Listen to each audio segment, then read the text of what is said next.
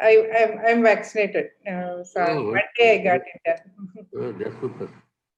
Hello, Dr. Rashmi, Dr. Manju, Dr. John, Madam, good evening. everybody. A big hello. Hi. I didn't Good go evening, on good the evening. screen. Dr. Craig has also joined, I think. Good morning. Good morning. Good evening for us. I don't see Dr. Shanta.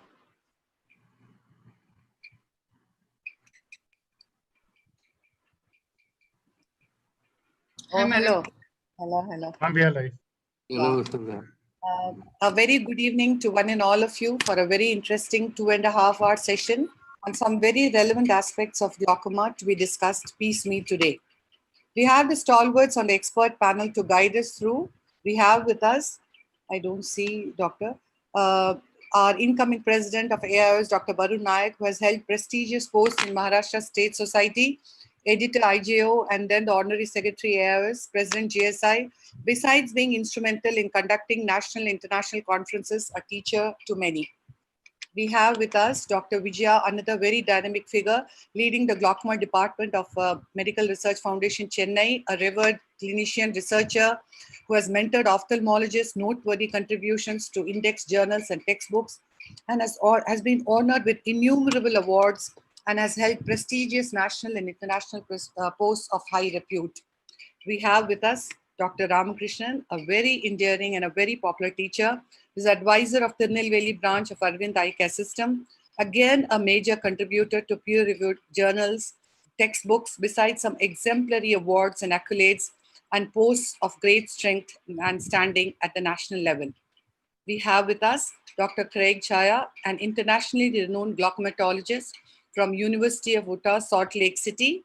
He practices anterior segment ophthalmology with a focus on the medical and surgical management of routine complex cataracts and glaucoma at John Moran Eye Center at University of Utah, Salt Lake City. He is an assistant clinical professor and also professor of visual sciences, and he has interest in international ophthalmology and has worked as a consultant and volunteer into various countries, and his research interest includes novel glaucoma surgical devices and international blindness prevention. We have with us Dr. Shushmita Kaushik, who's a professor of ophthalmology at PGI Chandigarh, and she has held special interest in childhood glaucomas, neurodiagnostic tools, glaucoma surgery, and angle closure. She is a founder secretary of the Indian Pediatric Glaucoma Society, vice president of Chandigarh Ophthalmology Society, and has held prestigious posts in GSI and more. Again, an academician with major contributions, publications, and awards and accolades to be the very best amongst us. We have with us Dr. Tanuj Dada, professor of RP Center, secretary, International Society of Glaucoma Surgery, and on board of different World Glaucoma Associations, chief editor journal of Current Glaucoma Practice, and has a pride of 300 and more index publications and a lot more. We have with us our eminent lady, Dr. Chandrima Paul, honorary secretary GSI, who brings in newer and fresher energy to an already very energized society. She heads the glaucoma department of BBI Foundation Group of Hospitals and has had path-breaking ventures into glaucoma for the country as a whole, has a great presence in all the national and international meets, and has won innumerable accolades and awards. I have with me Dr. Murlidhar, who is co-moderating this session. He is a senior consultant of cataract glaucoma and heads the pediatric and neuro-ophthalmology departments of the Eye Foundation Group of Hospitals based at Coimbatore. Without wasting time, we shall go on to our first eminent speaker, Dr. Tanuj Dada, and he is going to be elaborating on something so very important for us again and again, how to get the best of trabeculectomy while giving complications a miss. On to you, Doctor. Thank you, Dr. Chitra. Is my slides visible? Yes. So good evening, everybody. So trabeculectomy remains the gold standard as a glaucoma surgery, and that is primarily because it has the best IOP lowering efficacy. And the World Glaucoma Association recommends this as the procedure of choice for previously unoperated eyes. But there is an inherent paradox in trabeculectomy surgery, That is because if the inherent healing mechanism of the eye works, then nature will heal the fistula and you can end up with scarring and bleb failure. On the other hand, if you try to inhibit the fibrosis with mitomycin C, you might end up with hypotony and infection. So the critical issue in addition to the surgery is how to modulate wound healing to enhance success and reduce the risk of complications. Now, if you see the long-term outcome of trabeculectomy, it surpasses any other surgery. You can see 90% survival with topical meds at a 20-year follow-up. So definitely trabeculectomy is a long-term solution for IOP control. And mind you, this is without mitomycin C. And you can see a decade of follow-up with mitomycin C 0.2 milligram per ml. 75% of patients achieve target IOP of less than 18 millimeters of mercury at 10 years follow-up. So definitely trabeculectomy surgery remains a procedure of choice if you want a long-term IOP control. But the question is, how can we further improve the outcomes of trabeculectomy?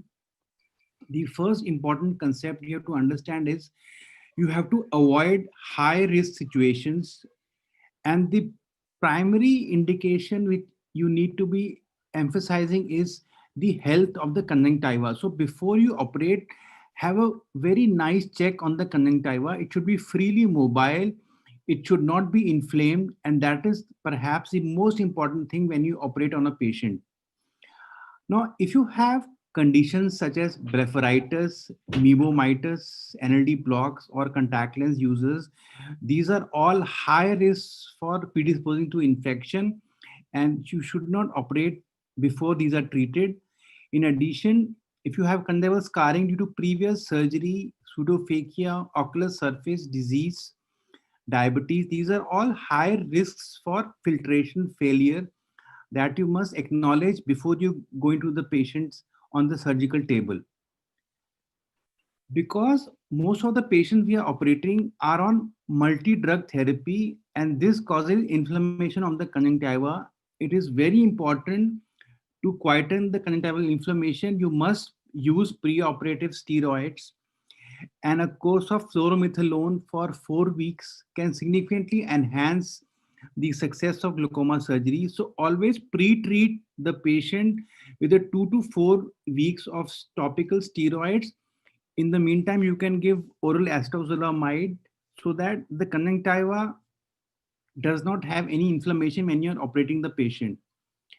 The second important principle is you should try and avoid hooking the sphere rectus as a traction suture. And this is because it is one of the risk factors in this UK trial for a failure of trabeculectomy. And in addition, you can end up with ptosis. So when you injure the superior rectus, you injure the muscle sheath and you can get fibroblast proliferation onto the trabeculectomy site. So better to avoid touching the superior rectus when you're operating trabeculectomy. And if you are giving subconjunctival anesthesia, always avoid the area of the bleb, because if you inject the xylocaine into the area of the bleb and you get a hemorrhage, that itself is a risk factor for failure because that will lead to fibrosis. And another very important concept is that trabeculectomy actually is a misnomer because you are doing a keratectomy. So always make a very anterior ostium into the clear cornea. That will prevent a lot of complications.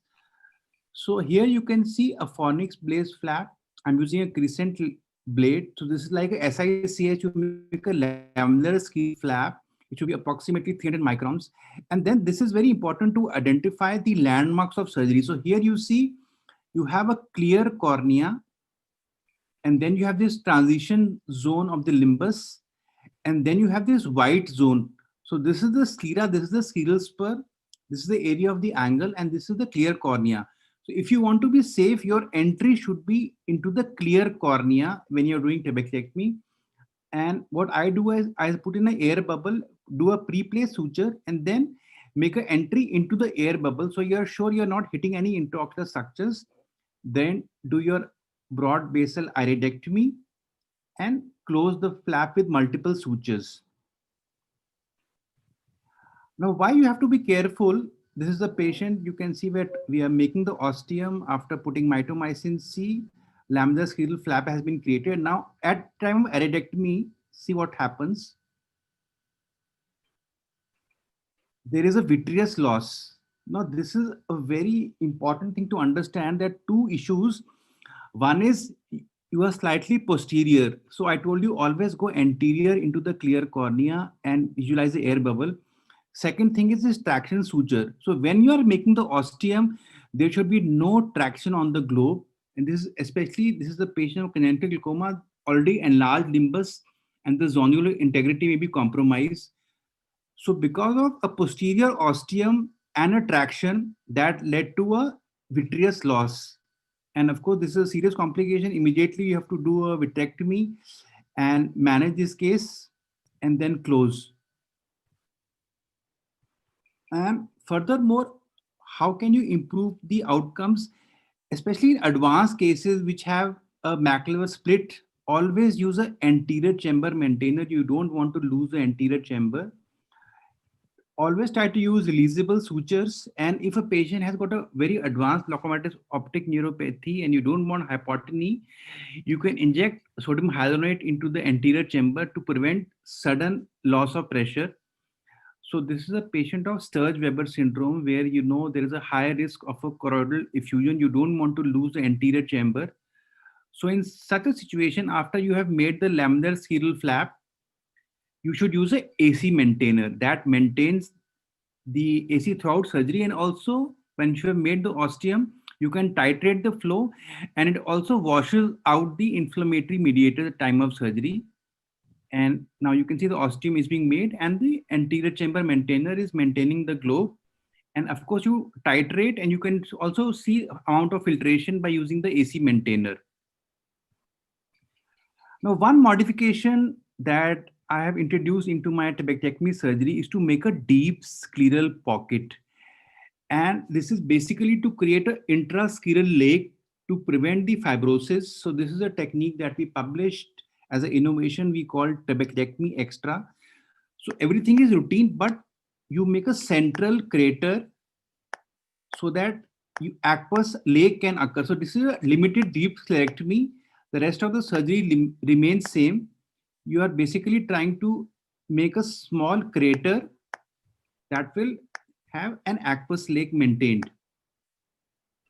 So the basic purpose is, in addition to your subconjunctival drainage, you have an intrascleral drainage, and also if you're deep enough, you have some subchoroidal drainage also. This is a technique of trabeculectomy combined with deep sclerectomy. You should use only 0.2 milligram of mitomycin C for primary surgery. Don't use 0.4. You can land up with complications.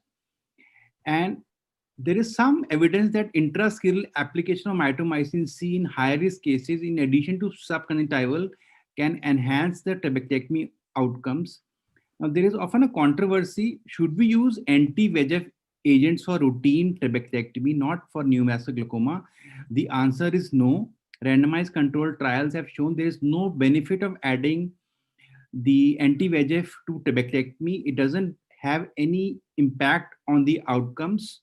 You can see the study, the meta-analysis, the bevacizumab had no effect on the outcome of trabeculectomy. So don't use anti-VEGF.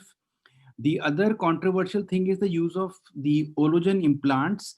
And we tried this for 5 years in RP center, but the results of the ologen implant are not at all as good as using mitomycin C. You can see success rate of 100% mitomycin C as compared to 50% with the ologen implants. Second study from Singapore, again, very poor outcomes with ologen as compared to mitomycin C. And they found actually there is fibrosis within the implant that is stopping the aqueous outflow. And we also tried to use trabeculectomy with mitomycin C augmented with the ologen implant just to see whether it was helpful. But we found there was no benefit of adding ologen. In fact, the ologen group finally had a worse outcome. You can see this ring of steel forming around the ologen implant. So we have stopped using this in trabeculectomy surgery. And finally, it is very important to prevent bleb complications, because these patients are at long-term risk for infection. If you have a bleb leak, blepharitis, if you're using punctal plugs, especially juvenile and pigmentary glaucoma, these patients are at higher risk for bleb-related infection. So whenever you get a bleb leak, it has to be immediately managed. For early bleb leak, you can use oral doxycycline. That is good for managing as a conservative therapy. But once the patient gets a late bleb leak, the only option is to replace the necrotic epithelium with a healthy conjunctival epithelium. And the very simple technique is just to excise the dysfunctional epithelium from the bleb and dissect the healthy conjunctiva around the area of the bleb, and then just do an overlay. So you have removed the dysfunctional epithelium and just now you overlay with a healthy conjunctiva. So this is just an epithelial exchange, and that can easily restore the integrity of the epithelial barrier. This is another patient, hypotony maculopathy post trabeculectomy due to a dysfunctional bleb, mitomycin C induced damage. So here we are raising a lamellar scleral flap. So this is a lamellar scleral flap. This is Momini's repair that has been raised, and it will be reflected anteriorly to cover this necrotic sclera.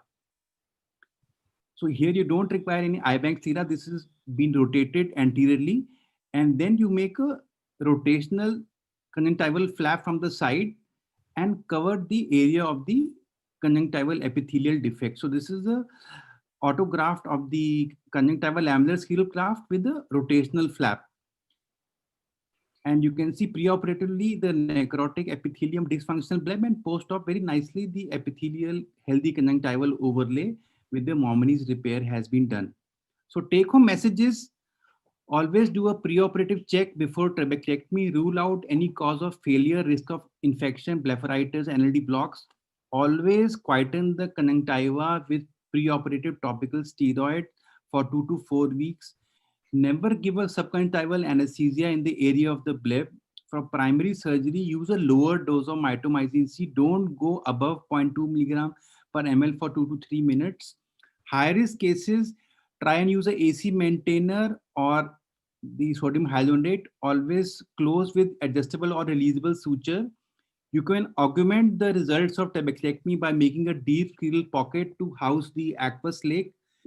Give adequate post-operative steroids for at least 8 to 12 weeks. And if there is a late bleb leak, that has to be surgically managed with a conjunctival overlay. So trabeculectomy is definitely a high yield surgery, but it has a high risk and you require a high maintenance. So do your best and then pray for the rest. Thank you very much for your kind attention. Thank you very much, Dr. Tanuj. You so beautifully and extensively covered it all, but I'll still come up with some simple questions. I'm sure it'll help the audience. A very basic question: how would you titrate the tightness of your flap sutures? So there are two ways. Basically, after you have put the two main sutures, you can inject fluid into the anterior chamber and put trypan blue dye on the scleral flap. So that will give you an estimate of the amount of aqueous that is leaking. Now, if you're dealing with an advanced glaucoma, then you don't want much flow, then you use a releasable sutures at both ends. So in that situation, you will get very less flow. And post-operatively, you have to titrate by removing the releasable suture. And thirdly, you can use an AC maintainer like I showed you. And with the low flow, you can see how much of the fluid is coming out. And easy thing is to stain with trypan blue, and you can easily see the dilution and the flow of the aqueous. Murli, you'll ask one question. Yes, sir. Sir, how do you manage patients with severe dry eyes and ocular surface disease? Can these patients be taken up for trabeculectomy? No, I think if you have a severe ocular surface disease, then you are going to get a very adverse outcome with trabeculectomy and higher risk of failure, higher risk of infection. So I think you should move to a different surgical modality. If you have a severe ocular surface disease, blepharitis, meibomitis, the results are not going to be good, and long term there is a risk of blebitis, endophthalmitis in these patients. Another very basic question: you have a flat bleb, IOP is in the low teens and a deep AC with no leak on day 1. So what would you advise us all? So if there is a flat bleb on day 1, and so there can be only, the main reason is that you are not getting any bleb formation either due to a leakage. So you have to immediately do a sedal test. If the pressure is high, that means your sutures are tight. So either you have to remove a releasable suture if you have put, or you have to use a laser suture lysis if you have not put a releasable suture. And it is better always to put a releasable suture, because sometimes you have hemorrhage or a thick tenons, and then the laser suture lysis may not be easy and you can end up with more complications. Okay. Murli, some more questions? Yeah, sir, if you accidentally happen to buttonhole the conjunctiva during, for training surgeons, if they accidentally buttonhole the conjunctiva while pulling it down to suture, what should you do? No, buttonhole, you have to surgically manage. You have to use atovicryl round bodied needle to close the buttonhole, because you have used mitomycin C, and that will lead to a post-operative wound leakage and risk of infection and hypotony. So any buttonhole during surgery has to be tackled right away. You have to close it with a pursing suture or direct suturing. How would you manage, prevent a disc anesthesia after a trabeculectomy surgery? So I think dysesthesia primarily occurs more if you made limbus blaze flap. In fornix blaze flap, it is much less. The main issue is that to use a mitomycin sponges over a diffuse area. So that leads to a diffuse bleb. If you use a localized mitomycin C, that leads to a bleb with a great height, and that leads to problem. Even if you get a very bleb which is quite high, there's a very simple technique of Paul Palmberg to use compression sutures over the bleb. So that can flatten out the bleb, and you can tackle this bleb related issues. Dr. Ramakrishnan, I wanted to ask you a question. We have done a transconjunctival suture during AC deformation after a trab surgery. Can we remove these sutures if the IOP spikes happen, or we remain cautious about that? Actually, I don't have much experience with the transconjunctival suture. What normally I do is, as Saroj pointed out, if there is any blub related, especially the overfiltration, I used to put compression suture over the blub. Compression suture I used to put. No, I asked during AC deformation. When you passed a transconjunctival suture, yeah. So would you remove these sutures later or let them be? No, in such cases, I will keep them for some time. Suppose later on everything is stabilized, then if the patient complains of any irritation or anything, then I have to remove it. Okay. Murli, some questions?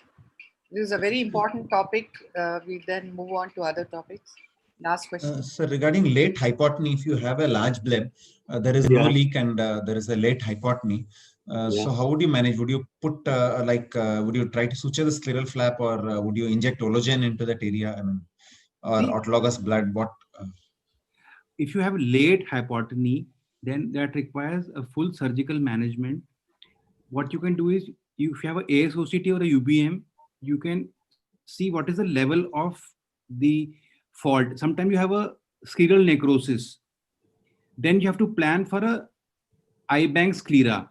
If you don't have I-bank sclera, you have to do a laminar scleral flap or Maumani's repair. If the ASOCT shows that the scleral integrity is okay, then you have to do a conjunctival repair. There are two possibilities. If your defect is small, you can just do a overlay, remove the epithelium and overlay the conjunctiva. However, if the area is advanced and the area is very large, then you have to do a graft from the inferior fornix, or if the other eye is PL absent then you can take the conjunctiva from the fellow eye and do an autograft. So these are the two ways of tackling late hypotony. You have to do a full repair. You can't do with autologous serum or amniotic membrane. You have to do a conjunctival restoration with the healthy conjunctiva. Is there any role for a cyclodialysis augmented trabeculectomy in high-risk cases? See, cyclodialysis, actually, we have tried and published also. It is something which is not standardized, and the cyclodialysis cleft often closes post-operative due to inflammation, and you can get a hemorrhage. So I would not recommend that as a routine surgery to augment the success. I would recommend you that you can make a deep sterectomy and create an aqueous lake. That is a technique which is easy and safer.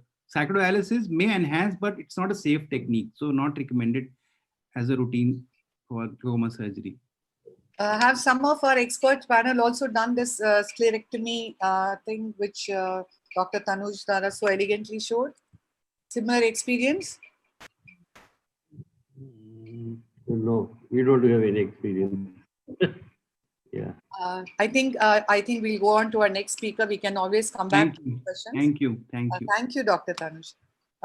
Wonderful answers. Our next speaker of repute and standing is Dr. P. Satyan, who's the director of Satyan Eye Care Hospital, well-renowned and an extremely accomplished surgeon who's going to be dwelling on the nuts and the bolts of glaucoma drainage devices. We look forward to hearing from you, Dr. Satyan. Thank you, Dr. Chitra, and I hope you can all see the slides. Yes. Okay. So basically, we have three glaucoma drainage devices, out of which I'm going to just talk about two of that. One is the Ahmed valve and another one is on the Audi tube.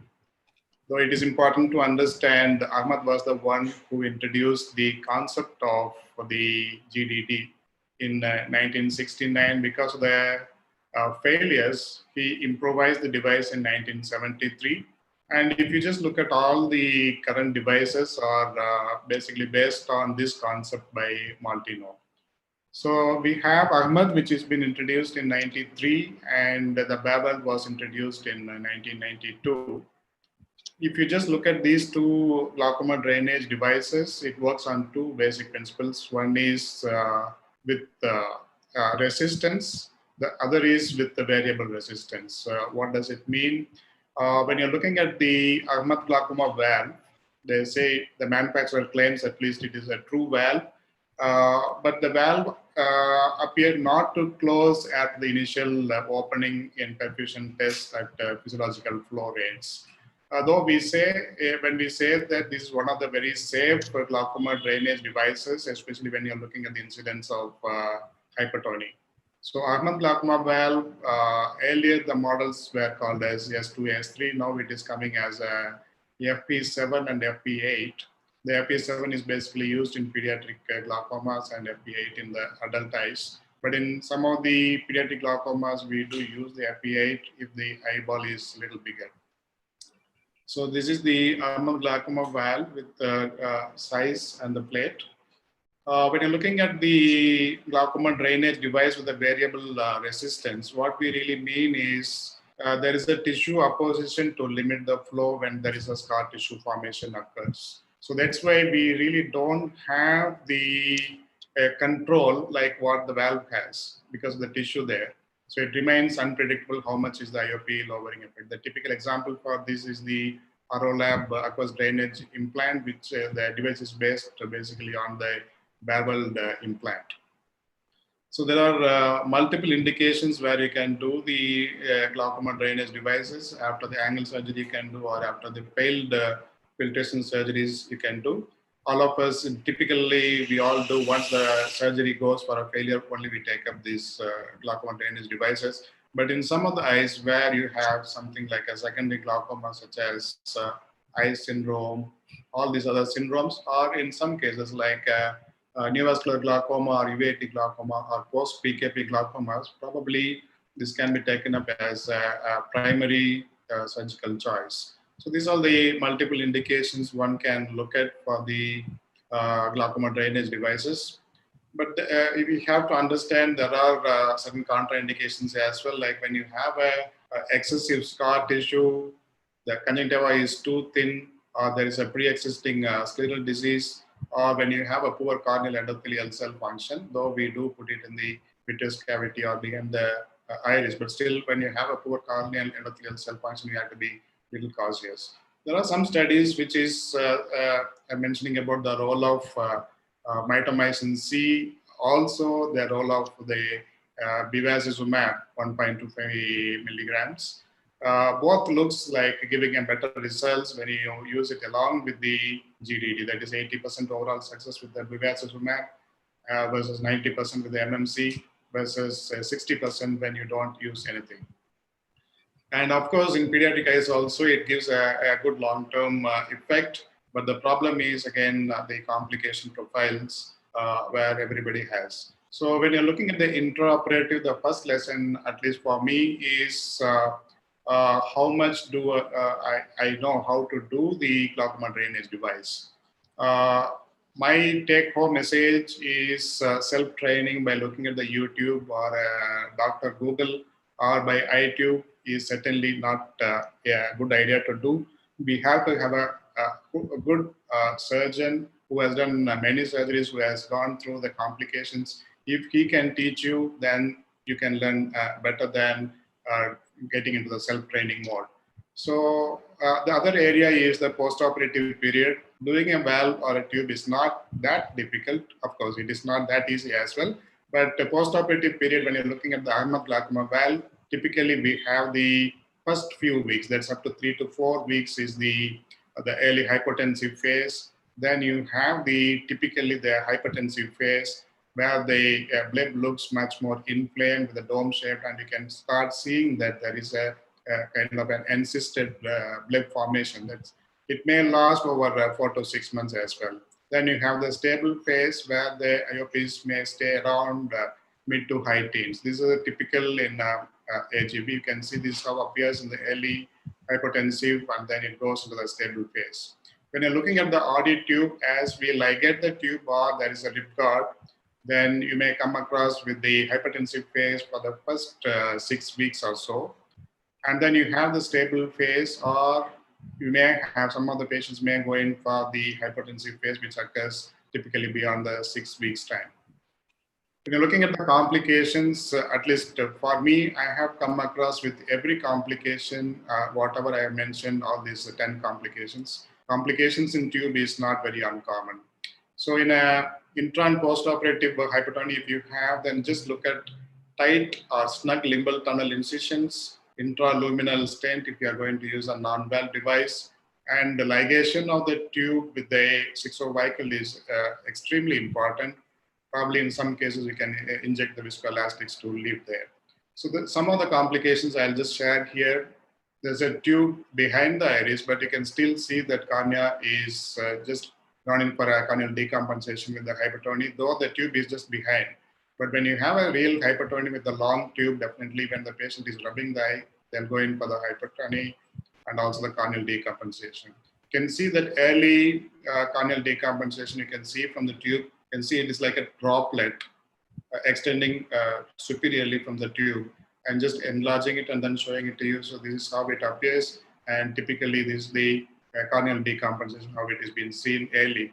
This is another case where you can see that there is a corneal decompensation with the scar tissue formation.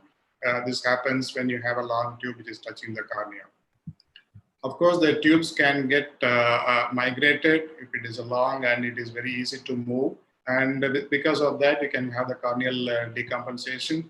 You can have the tube obstructions with the vitreous, especially in pseudophakics or aphakics. You must make sure that when they have a vitreous, make sure that you do the vitrectomy properly. So this is another patient who has vitreous just covering the front of the tube. And this is another one which has iris getting into the tube. If you put it very close to the iris, you may get this kind of a problems as well. This is another patient where you have the iris entering into the tube, blocking the tube. You may have the tube erosions like this. This is not a tube erosion. This is a corneal graft, partial thickness corneal graft. It appears more beautiful. And the George, this is one of George's patient whom I referred. he doesn't do any more corneal grafts, but I'm a little scared of just doing only the scleral tunnel, which may have the erosions over a period of time.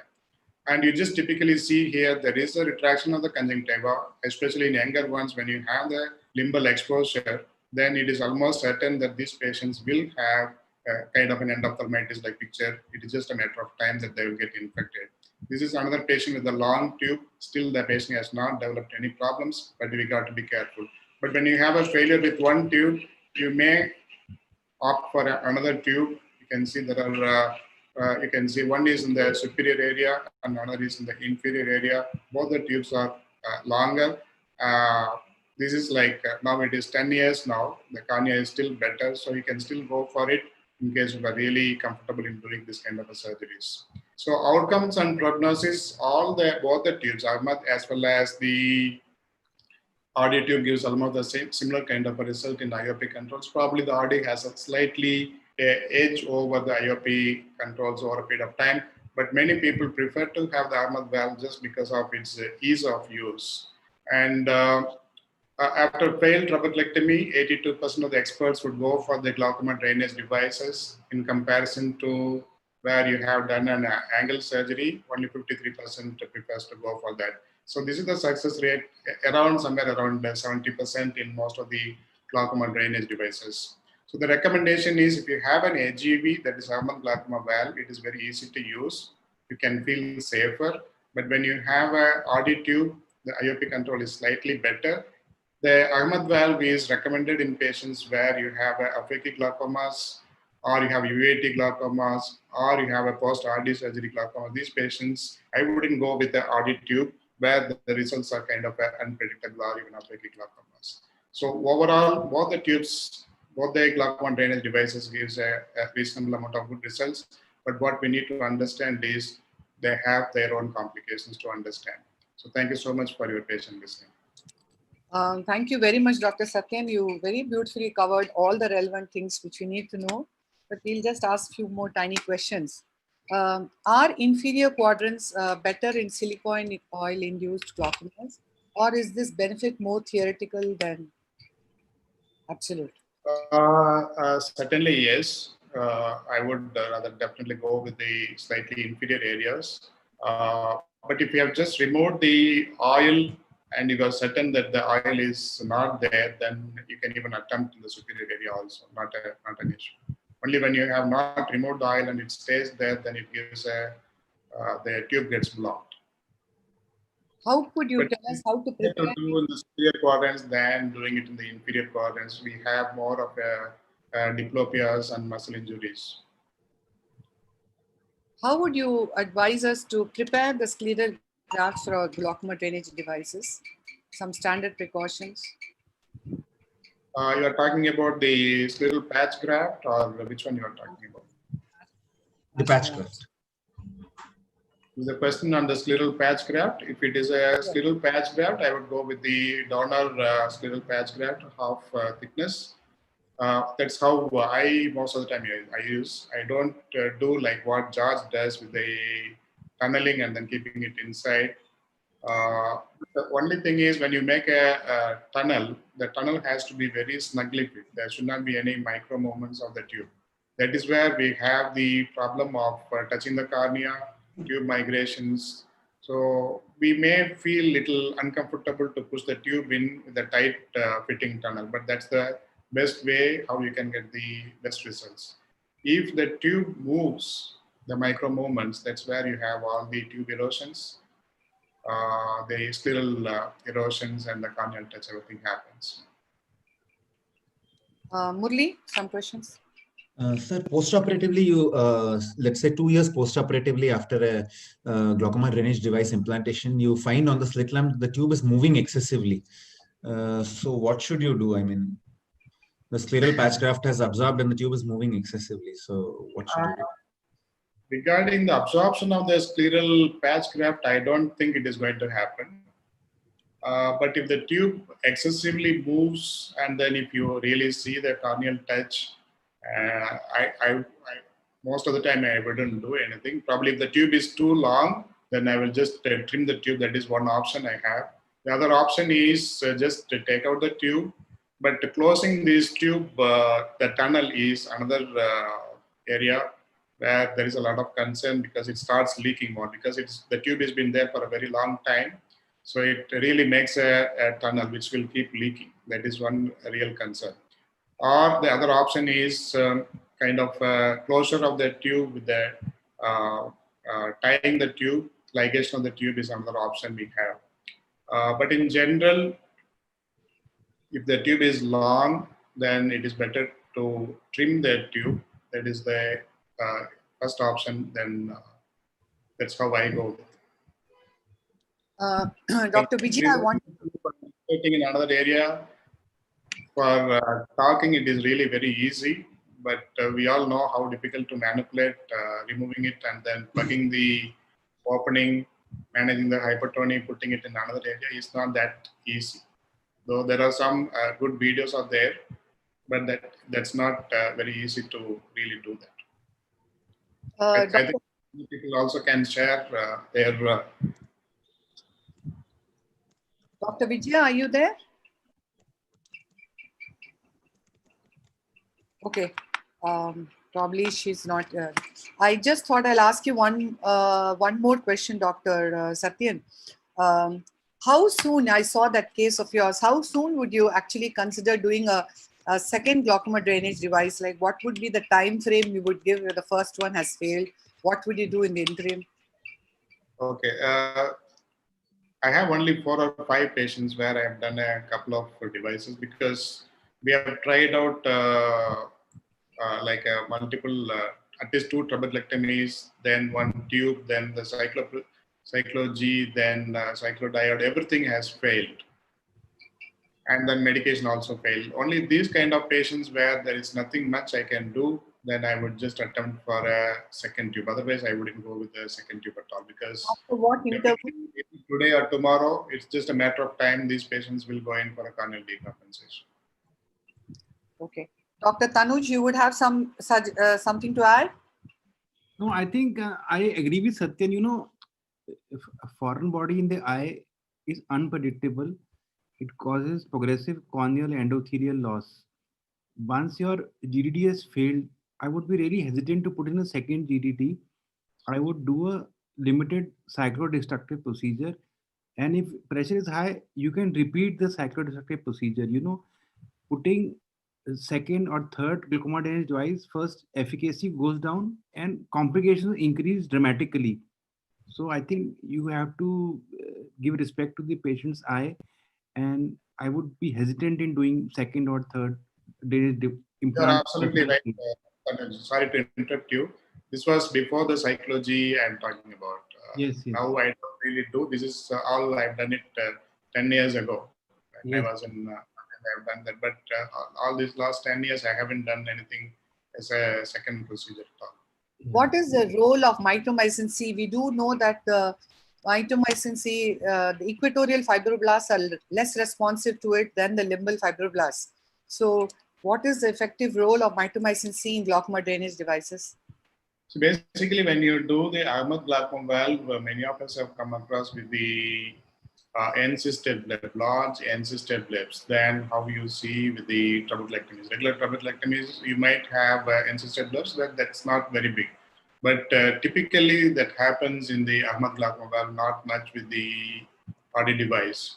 So when you want to really lessen, I wouldn't say that we can completely prevent the fibrosis or the encysted bleb formation, but the mitomycin or the bevacizumab to helps to an extent that the success rate seems to be reasonably better when you use the mitomycin C. That's what the studies suggest. Murli, you have a question? Dr. Craig, any comments thus far about the second GDD? Yes. So in prior, early in my career, I'm only just by way of disclosure, I'm only 10 years into my career, so I don't have extensive experience, but our general experience is that we are putting in less second glaucoma drainage devices. What we're doing now is really, I think one of the keys of glaucoma drainage device is to use early aqueous suppression. That really helps to reduce the hypertensive phase. And it's a fairly aggressive protocol. Once we see the pressure rise above 10, we automatically start the first aqueous suppression. And that, I think you will find that you will see far less hypertensive phases. Refractory hypertensive phases are difficult to deal with. And I think our current protocol is to do early cyclophotocoagulation. Now, this isn't a traditional cyclophotocoagulation technique where there's a lot of pops and destruction of ciliary tissue, but kind of a low and slow technique that has been advocated more recently by many glaucoma practitioners. It will go. One other thing that we also have been incorporating recently is just before closure of the peritomy is to apply triamcinolone, about 0.5 mLs of triamcinolone over the plate before closure. And having the triamcinolone over the plate seems to also help reduce some of the hypertensive phase and encapsulation that occurs.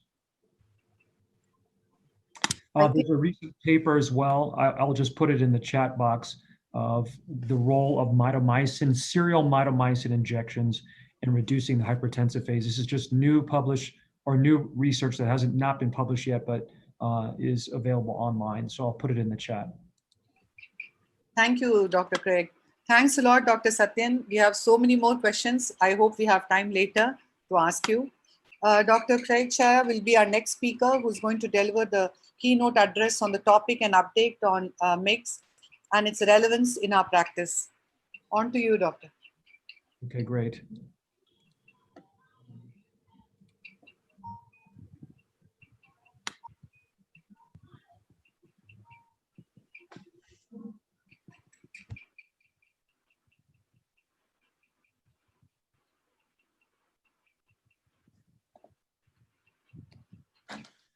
Just a moment to start from the beginning.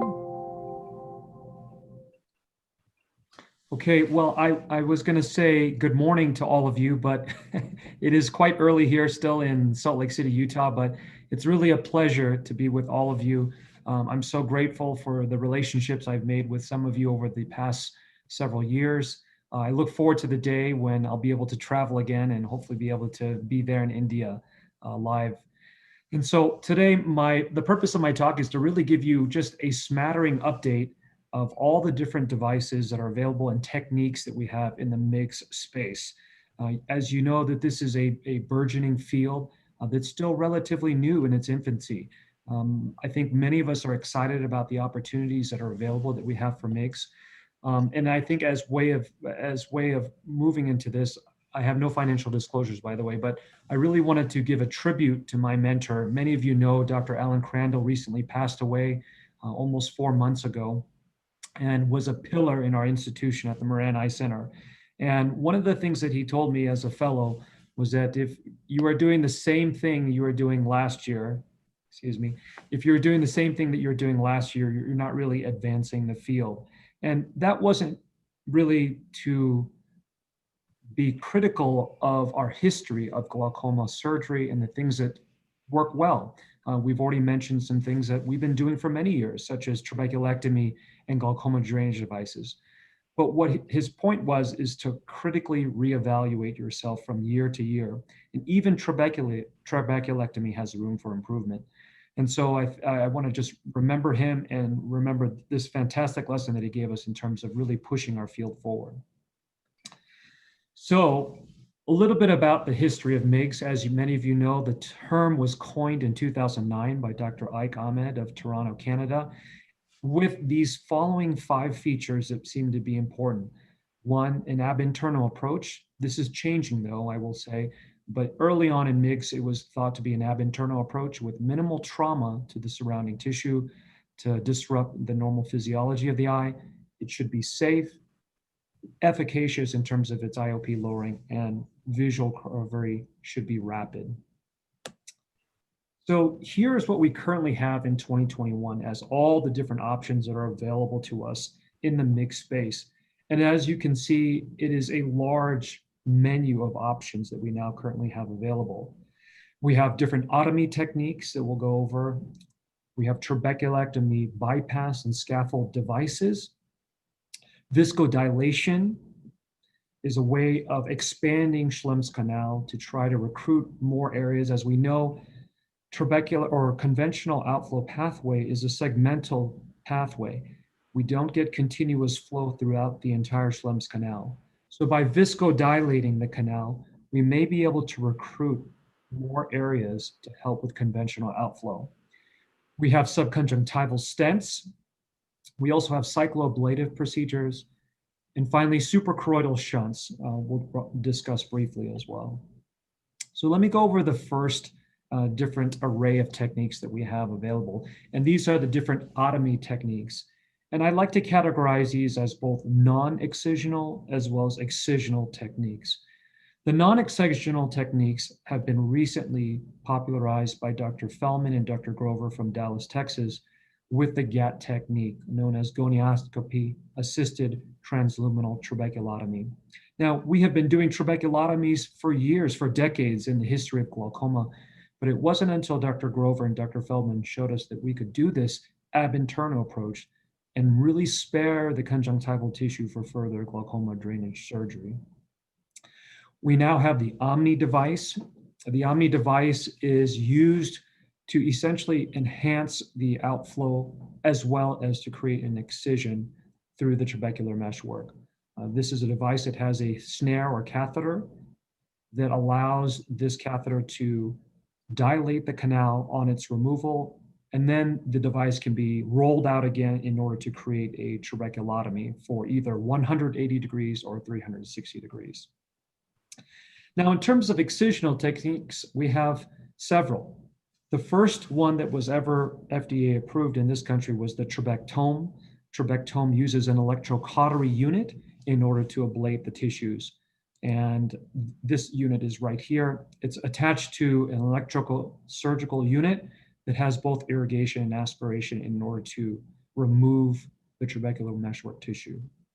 There's now been some iteration from Neomedics, the company that produces the trabectome, and that's this device right here, which is the TrabX device, which is very similar to the original trabectome in terms of its ability to also incorporate irrigation and aspiration, but uses a nice blade, dual blade technique similar to the Cahook dual blade in order to excise the trabecular meshwork. Many of you, I think, are familiar with the Cahook dual blade, which is this instrument here, in order to use a very polished instrument with a very delicate ramp in order to lift and excise the trabecular meshwork tissue. There is a technique that maybe some of you have heard about in meetings, but has not yet reached at least our country here in the United States, but I believe is CE marked in Europe. And that is ELT, which is using an excimer laser on a probe in order to create otomy holes in the trabecular meshwork. So it's using that excimer laser to precisely create these bypass holes through the trabecular meshwork. Later, I'll go a little bit into the bang technique, which is a bent needle goniectomy technique, which takes a 25 or 27 gauge needle to essentially create a dual blade style excisional tool. Now moving on to trabecular bypass scaffold devices, we have two main companies that are in this space, Glaukos and Ivantis. iStent was the original one that first was FDA approved in 2009 in this country, but we now have different iterations of the iStent that I'm showing you here. This one is the newest iteration of the iStent called the iStent W. And as you can see, it's again a titanium device to bypass the trabecular meshwork, and it has a lumen of approximately 80 microns, central inlet, as well as side outlets that promote flow through the trabecular meshwork, which are each 50 microns, and there are 4 included inside of the iStent. Now, what makes the iStent inject or iStent W different from the original iStent is that now in the packaging comes 2 loaded iStents on one device. The device is here. This is a trocar that's used to allow the devices to lay inside of the lumen of the injector. And now you can inject 2 iStents at the time of surgery with one device. In the future, there'll be an iStent Infinite, which will essentially look like the iStent W that I've shown you on this graph, but will now have 3 loaded iStents on the same injector. in order to deliver the devices over a broader area to recruit more areas of flow. The current device that we have that is a microshunt as well as a scaffolding device is the Hydrus microshunt, pictured here, made out of nitinol.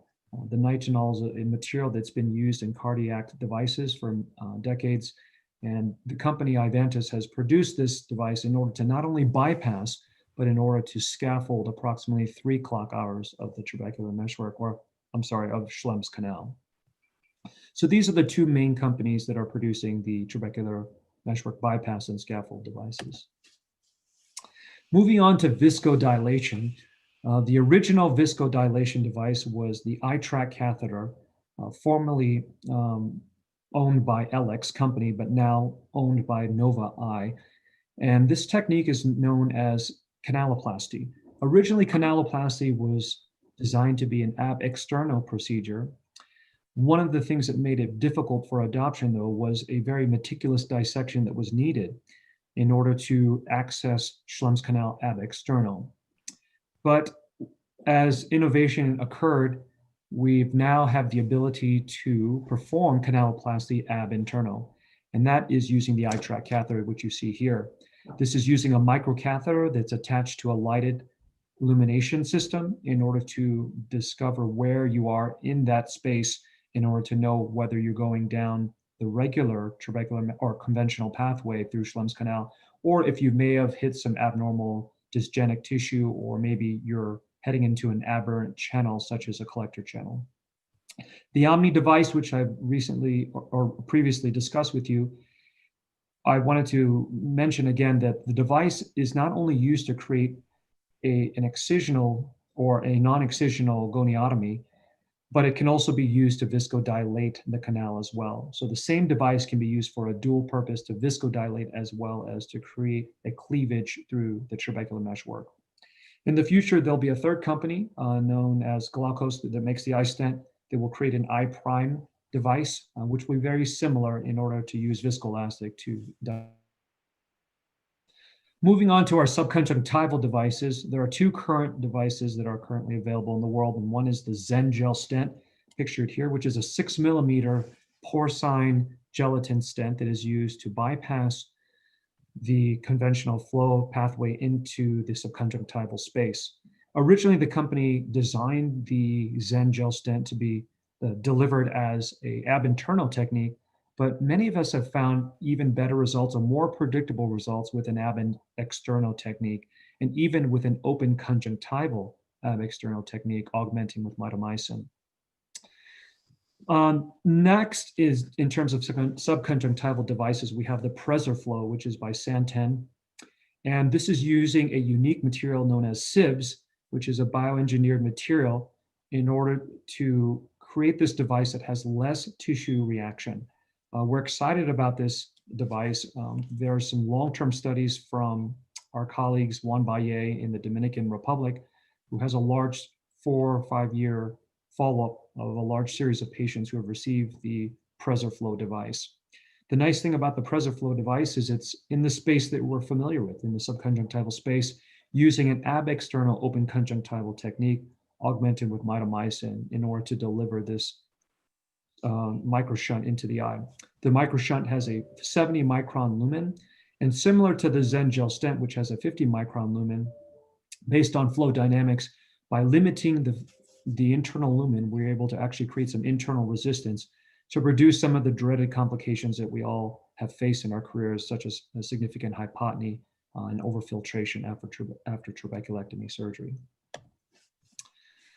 Cycloablative procedures have now really moved into the mixed space as well, and we have several different ones that I want to categorize. One is the ECP, which is the endoscopic cytophotocoagulation probe. This is the probe that's used through an ab interno technique that allows us to directly visualize the ciliary processes in order to treat them. I've categorized the micropulse cyclophotocoagulation technique also as a mixed procedure because it's extremely gentle on the eye with very little inflammation. It's not the CPC of old where there's significant inflammation. Something new that will come down the pipeline later is the UC3 technique, which is using the principles of ultrasound in order to maybe stimulate cytokine modulation and in order to modulate the trabecular meshwork pathway. It's essentially, we all know that there is some effect to phaco emulsification in terms of IOP lowering. And some of us believe that it may be related simply due to the ultrasound energy. And it may actually create a modulation similar to what we find with laser trabeculoplasty. So this is using a unit that applies circumferential ultrasound energy to the perilimbal region. The final category is suprachoroidal shunts. The CyPass unit was the first one that was FDA approved here in the United States, but unfortunately was withdrawn a few years ago because of concern of endothelial cell compromise. So because of that, the device was taken off the market.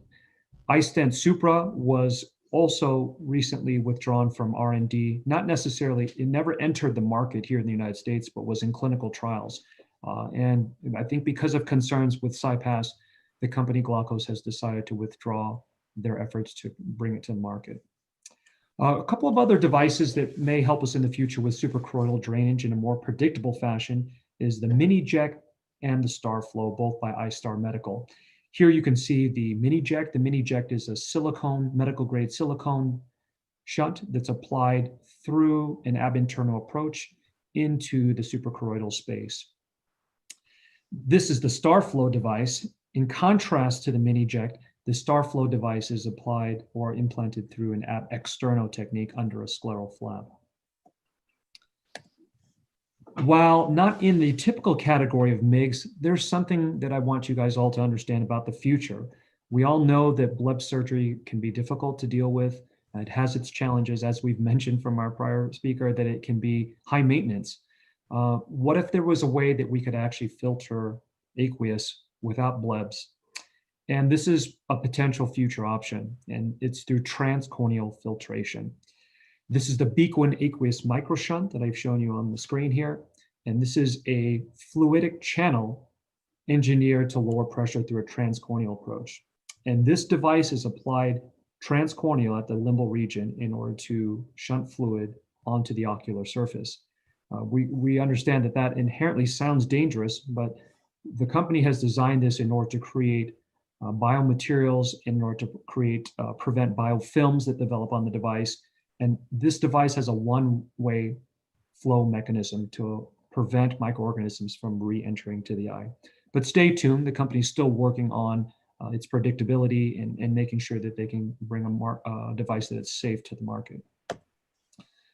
I want to just add a little bit about the GATT technique, because I know that many of the devices that I've mentioned in the previous slides are not available in India. So there are some MIGS options that are currently available to you that I know many of you have currently adopted in your practice, and that's the GATT technique.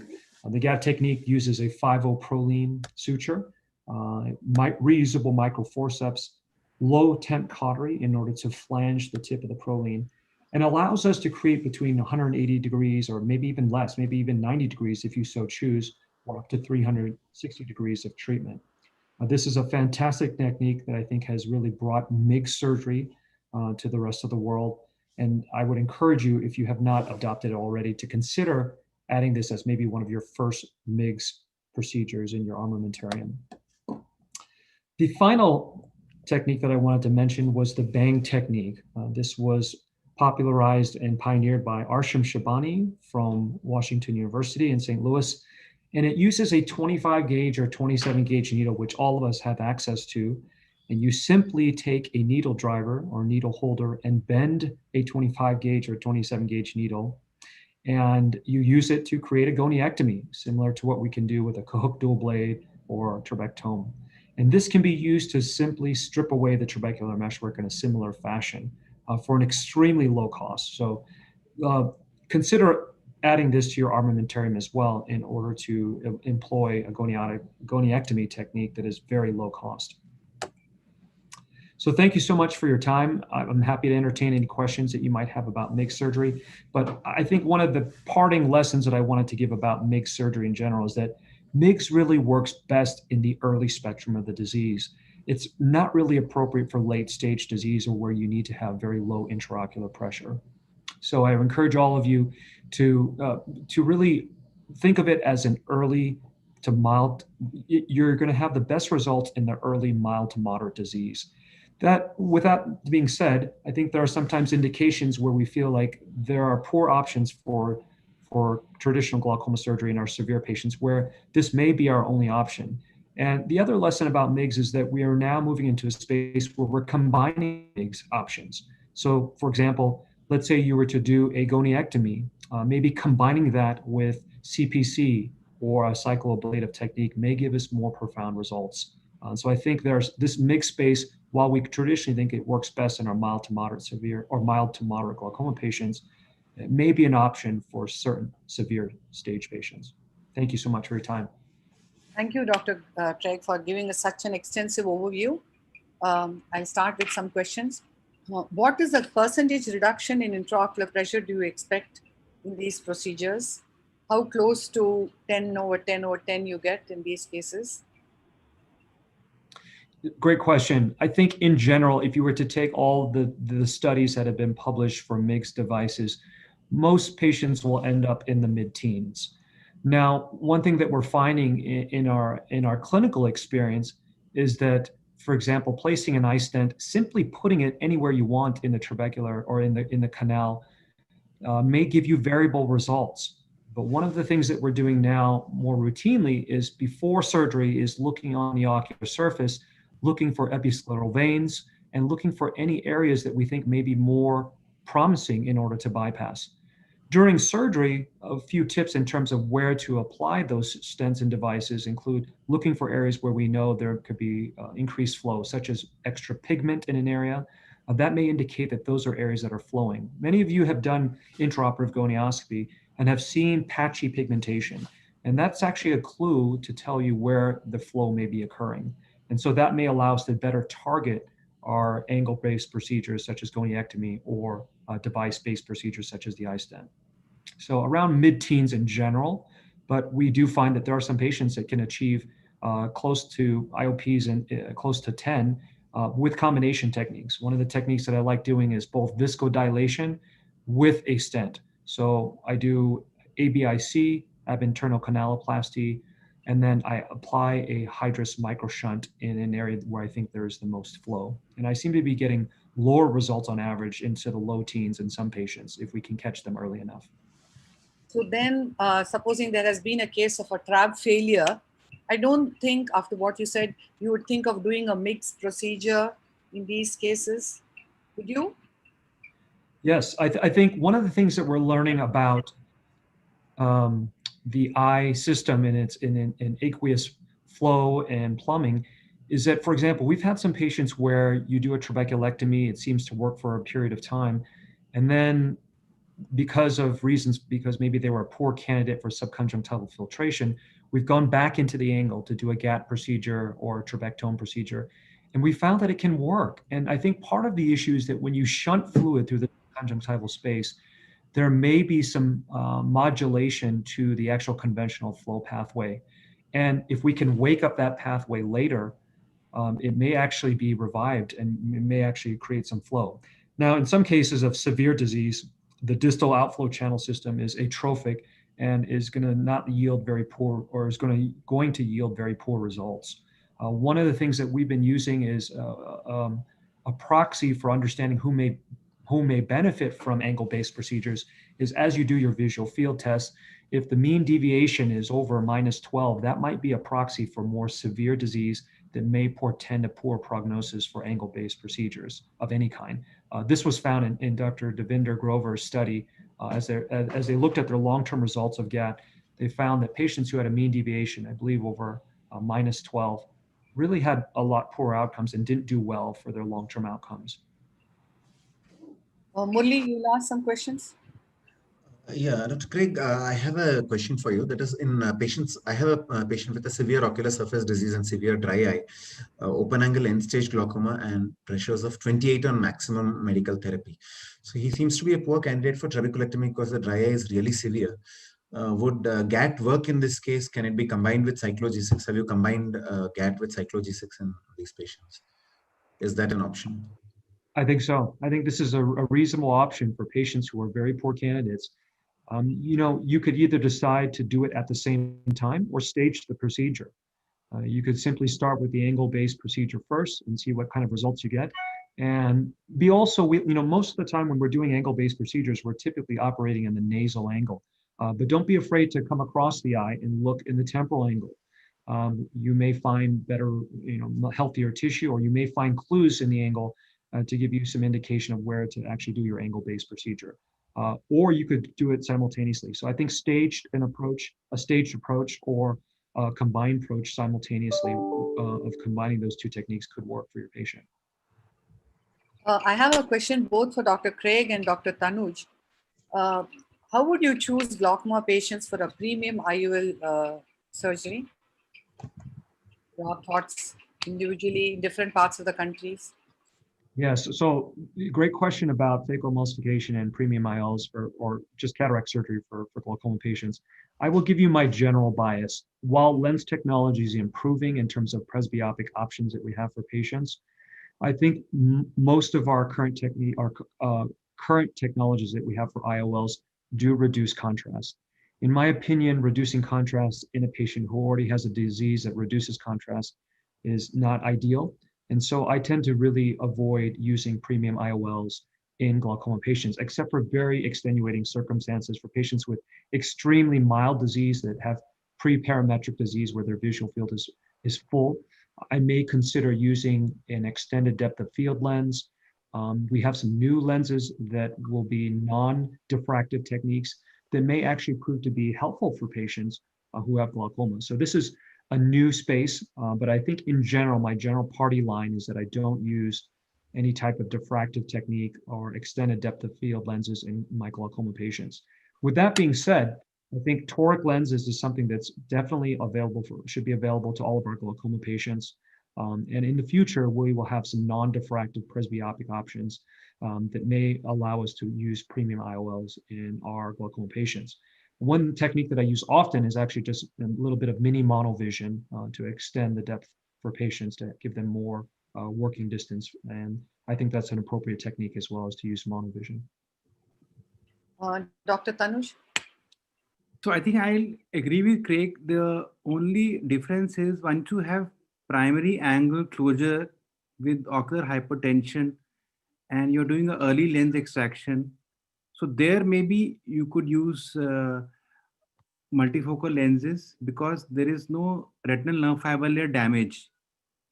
So that is one subgroup when you're doing an early lens extraction, primary angle closure, not primary angle closure glaucoma. So otherwise, I think once you get an RNFL defect or a visual field defect, you should only use a monofocal IOL. And one quick question to Dr. Craig, have you had late onset spontaneous hyphema after GAT? Well, yes, it's a great question. And I think one of the things that we're trying to learn exactly what happens and why these patients may develop late onset hyphemas. I really encourage patients to be very careful about Valsalva as well as their activities. We have found that some patients have laid on that particular side. If they sleep on one side more, they may have more prominent hyphemas on that side. But typically the settings where we're seeing late onset hyphemas is in patients who are doing some either breath holding or even doing yoga with a down head position for prolonged periods. Those are occasions when we're seeing prolonged hyphemas. They tend to be very transient and self-limiting. And as long as these happen, the hyphemas happen because you are not able to, you have increased episcleral venous pressure that causes retrograde flow of blood. And so it can be disconcerting for patients, but fortunately it's self-limiting. Now, one of I think the things that really is discouraging for early MIGS adopters in the GAT space, for example, is having the early onset hyphemas actually, prolonged and pronounced hyphemas post-surgery. So a few techniques that may help you in your GAT hyphema rate is one, we leave viscoelastic inside the eye at the end of surgery to help prevent rapid decompression. Maybe about 30 to 40% fill with a cohesive viscoelastic may help to prevent that rapid decompression. Number two, immediately after the surgery, you should try to put the patient in reverse Trendelenburg position. Try to get the feet down immediately, get the head up high so the patient is not lying supine for too long. which may also promote hyphemas. And I think those things have really improved our hyphema rate and made it so that we're seeing a lot less. Also take some time after the trabeculotomy has been completed, or if you decide to do 180 degrees or 360, is to use your BSS solution, your balanced salt solution or lactated ringers, and to really spend some time flushing and irrigating the entire eye. And that helps to push blood down further the distal outflow channel and prevent that blood from quickly coming into the anterior chamber. Thank you. Thank you. Thank you very much, Dr. Craig. Stay with us till the end of the meeting with your inputs. Thanks a lot. We go on to our next speaker, Dr. Ronnie George, a senior glaucoma consultant from Medical Research Foundation, a great national and international presence and repute with innumerable awards and accolades. And he's going to talk to us on a very quintessential topic, from clinical trials to clinical practice. We look forward to hearing from you, Doctor. You are muted.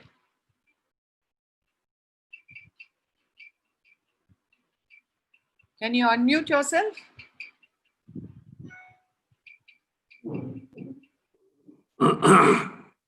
Tony, you are muted.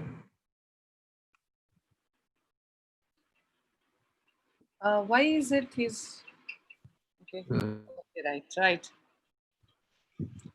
Can you hear me now? Yes. Yeah. Yes. Yeah, so I'm sorry. Thank you for the kind invitation, and I'm going to try and cover some of the clinical trials and how I'm using them in practice today. I'll start with the ocular hypertension treatment study and the early manifest glaucoma and the EGPS study. So basically, if you look at the ocular hypertension treatment study, we did notice that intraocular pressure reduction prevented progression in ocular hypertensives. And what we realized is that if you treat 16 people for 5 years, we can prevent 1 progression. But what you also look at in the study is that 90% did not progress even without treatment. 40% of those who were on treatment required more than 1 medication to reach a 20% intraocular pressure reduction, and 9% required 3 or more drugs. So none developed sight-threatening field loss. So because of this, we can consider monitoring most ocular hypertensive patients even after risk assessment. And when you look at risk assessment, both the ocular hypertension treatment study, which showed that the group with the highest intraocular pressures and the lowest central corneal thicknesses, and the European glaucoma prevention study showed the same risk factors, that this group, the group with the thinnest corneas and the highest intraocular pressures, were at the greatest risk of progression. And if you apply the same number needed to treat calculation here, you find that you can reduce the NNT to 6 by just treating those at highest risk for progression. So that's something that we have applied in our practice very commonly in trying to decide who to treat among the ocular hypertensives. The other thing that came out of the ocular hypertension treatment studies, when they looked at progression, when they looked at both the medication and the observation group, the majority of people showed progression on the optic disc alone. And this has got more evidence of late that more disc changes occurred early in disease, and perhaps we should pay attention to structural change in addition to functional change in these patients. Moving now to people with manifest glaucoma, the early manifest glaucoma study basically looked at treatment versus no treatment for people with established disease. And here too, you saw a significant reduction in progression in people who were treated for established glaucoma versus untreated. And from the EMGT, we realized that patients should be followed up more closely with visual fields during the first few years after diagnosis, because progression may occur in half of your patients even after you have reduced IOP by 25%. So the EMGT, the concerns that we had basically was the treatment was probably inadequate because they had a combination of trabeculoplasty and betoxolol. Unfortunately, about in the last decade, we had the UK GTS, which looked at latanoprost versus a placebo in these patients. And look at this thing in the study design that they have. They planned for 16 fields over 24 months. And the majority of their patients actually had IOPs less than 21. Even in this group, they noticed that patients who were started on treatment did progress much less slowly than patients who were not started on treatment. And in both these studies, what you saw was visual field progression was much more commonly seen than optic disc progression. In fact, if you look at this, this is again from the UKGTS study. At approximately 3 to 6 months, you started to be able to detect visual field progression because you did intensive visual field testing. And this effect slowly increased over time. So if you do adequate visual field testing, you can even start to see progression as early as 3 months into the post-disease detection. What about once you have had established glaucoma? And here you have the AGIOS study, and the advanced glaucoma intervention study basically looked at intraocular pressure in 2 ways. One is a predictive analysis, which looked at the average intraocular pressure over the first 6-month visits, and the associative analysis, which looked at the percentage of visits with an intraocular pressure of less than 18 millimeters of mercury. And what you notice over here is, for the predictive analysis, that is of the first 3 visits, if you had lower mean IOPs in the first 3 visits, you were much less likely to progress. For the associative analysis, which is an IOP of less than 18 millimeters over 60 years, you could see that as the mean IOP was less, you were much less likely to progress. So from this, you have basically 2 points. One is intraocular pressure reduces visual field progression. We know that there may be a dose-response relationship in the sense that the lower the IOP, the less risk of visual field progression. And fluctuation is an important part of the damaging effect of intraocular pressure. So it's important not only to reduce IOP adequately, but also to minimize fluctuation. Switching gears a little bit now to the TVT study, and this is the first TVT study, and basically they concluded that tube shunt had a higher success rate compared to trabeculectomy during 5 years of follow-up. But both procedures had similar IOP reduction and use of supplemental therapy at 5 years, and that additional glaucoma surgery was needed more frequently after trabeculectomy with mitomycin than tube shunt placement. But the concerns with this study were basically their inclusion criteria, because they did include patients who had a previous failed trabeculectomy. And we know that eyes that have failed a trabeculectomy once are more likely to fail it again. And therefore, this could have biased the results significantly. And therefore, they did not really change our treatment pattern too much after seeing the results of this study. And we were basically fortunate that soon after that, we had the primary TVT study, which showed you that the trabeculectomy actually did better than the tube group, in addition to having lower intraocular pressure levels, at least at the 1 year, and even the 3-year data is similar.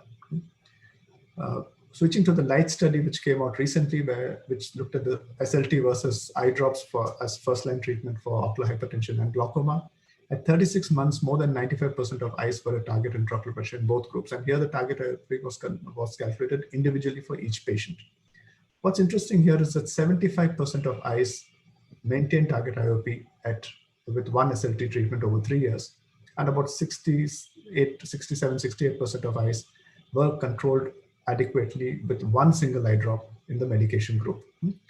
So SLT is a valid primary treatment for primary glaucoma. It also shows that a lot of our patients, we may be able to achieve fairly good IOP control with some of the newer medications available to us, and we may not need to escalate that frequently. But what was also new here was that the group in SLT also required as much follow-up as a group on medication, so that does not come down. Moving now to the angle closure disease, and here you have the EAGLE study, which was basically a randomized controlled trial which looked at the early lens extraction for the treatment of primary angle closure glaucoma. They had patients who were with primary angle closure glaucoma who basically had an IOP of more than 21 at least once, and you also had patients with primary angle closure who had at least one IOP of more than 30 millimeters of mercury. And on the angle, they had more than 180 degrees of apposition or synechial closure.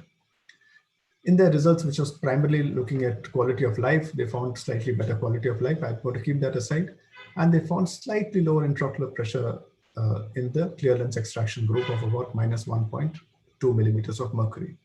I'm going to show you this plot here, and I want you to focus on the right side of the screen.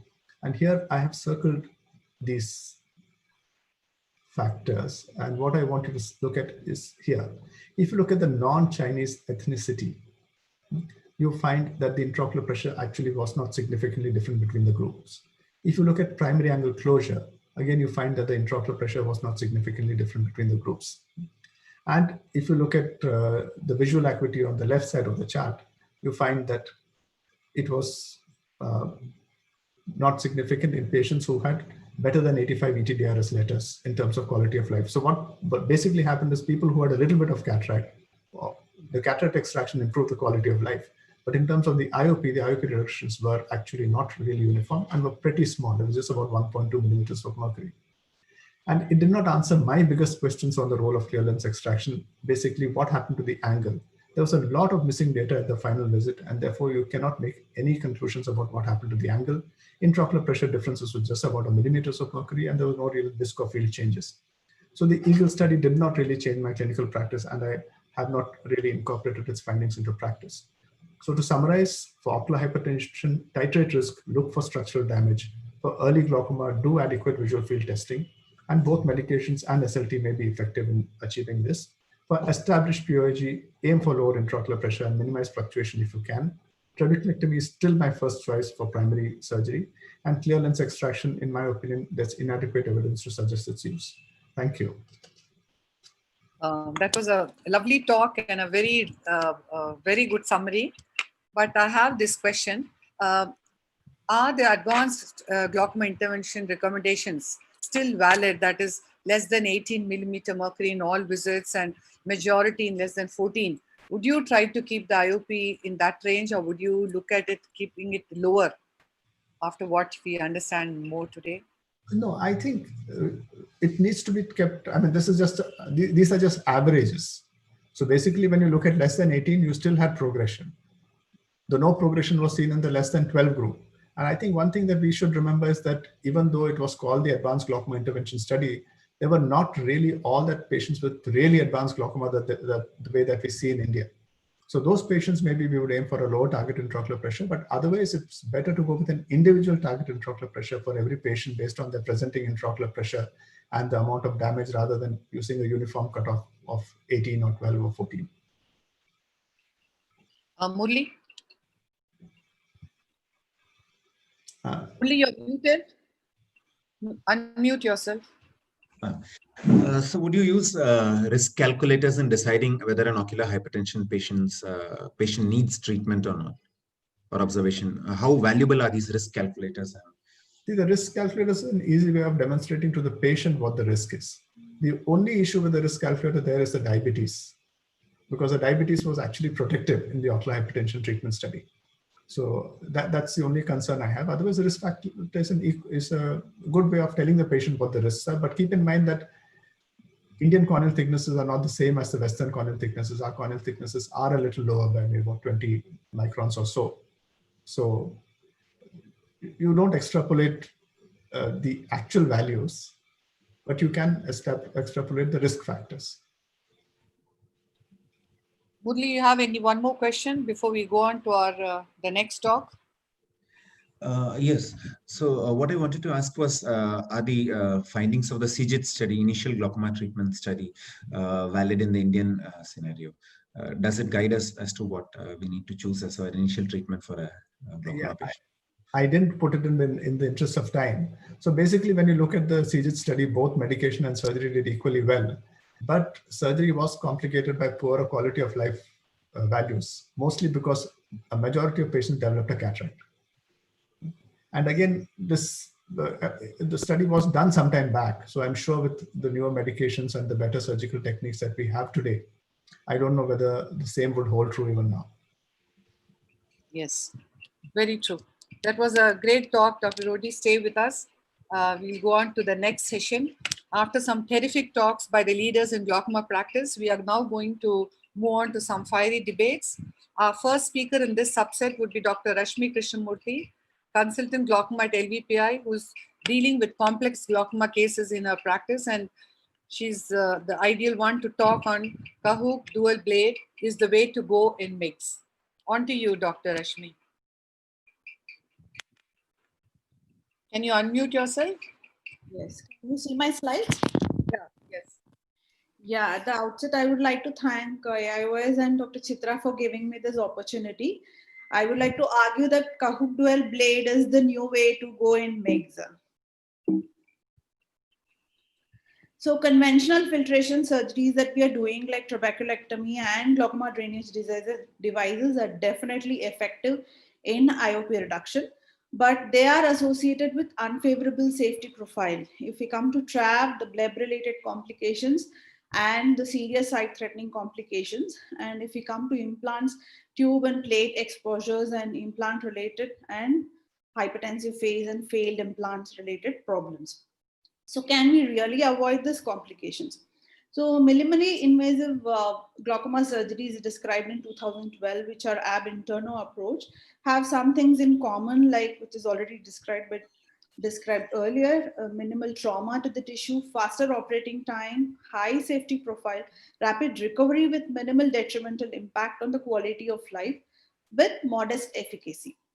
Along with that, there is conjunctiva and scleral sparing surgeries.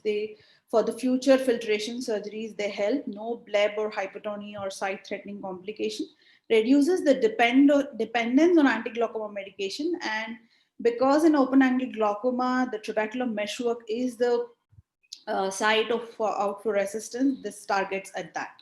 So today I am talking about the Schlemm's canal opening procedures. Mainly the debate is on KDB versus GAT. So KDB is based on the goniotomy procedure that was described at Barkan very early. And this actually has a dual blade, a sharp tip and a ramp. Once the sharp tip inserts or pierces the trabecular meshwork, ramp lifts the strip and the dual blade cuts the lifted strip. So the above is the steps animated video that is there in New World Medical website. After the phacoemulsification, the microscope angle is changed to 45 degrees. And then after filling the anterior chamber with visco, on the cornea and undersurface of the gonial lens, the eyeball is moved inferiorly or the opposite angle. If you're doing temporal phaco, the patient is asked to move nasally. So once the trabecular meshwork is visualized, KDB blade is introduced, and then the goniotomy is proceeded. The tip first pierces the trabecular meshwork, and then the ramp lifts and the dual blade cuts or excises the trabecular meshwork. There is some amount of blood that is seen. That is a good sign that we are at the correct position, and care should be taken that we visualize the angle at all the time, and residual strips of the trabecular meshwork are removed with a Utratus forceps, which is confirmed with a gonio mirror also. So at the end of the surgery, it looks very neat and clean, like our standard procedure. So post-operatively, we can see that this is the area where it was done. In our series, intraoperative hyphema as documented is the most common. So we can see that from the baseline, it has reduced the medication and also the intraocular pressure. We had done a 9 eyes where the intraocular pressure was under control with maximum medication in POAG eyes. All the complications also decreased within a week. And these are some of the contraindications where there is preoperative very high IOP, low target IOP required, new vessels, angle closure, and who have allergy to medication. Coming to the argument between comparing with GAT and KDB goniotomy, first is the degrees of treatment. So in GAT, 360 degrees is targeted, whereas in KDB, it's 90 to 110 degrees. So this is a direct comparative study between KDB and GAT, where the intraocular pressure reduction and the medication reduction is not statistically significant, but they conclude that more eyes undergoing KDB achieved a target of less than 18 and less than 15. So a full 360 degree TM procedure may not be necessary to achieve maximal efficacy. Second is the cost. So how to decrease the cost of KDB? One thing with the advantages that it has, if more number of people start using it, now the cost is around 25,000 to Indian rupees. So the cost will definitely come down. And the second thing is this. This is the needle, like already described. So first time I saw this, I have to thank Dr. Swati, Dr. Pawan, and Dr. Venkatesh from Arvind Group. This I saw as a winner video last year, the AIOS-ARC, where the tip of the 25 gauge needle is bent, and definitely the cost of it is not to be even thought of. The third thing is the complications. The studies have shown that there is not much difference between the two, though in the GAT procedure, the percentage of eyes which had a steroid-induced spike and a hyphema were more, but they were resolved medically. Then the last thing is the learning curve. Those of us who are doing a conventional goniotomy with a needle or an NVR blade in childhood glaucomas, I think this should not be a difficult procedure at all. and it is very easy to learn, and definitely as we are seeing whatever we are doing, it should not be a problem. So it has a faster learning curve because of the good visibility. Though once GAT is learned, it is definitely proven to be effective, but it has a steeper learning curve. So mix definitely is promising, and we are going to use them increasingly in future.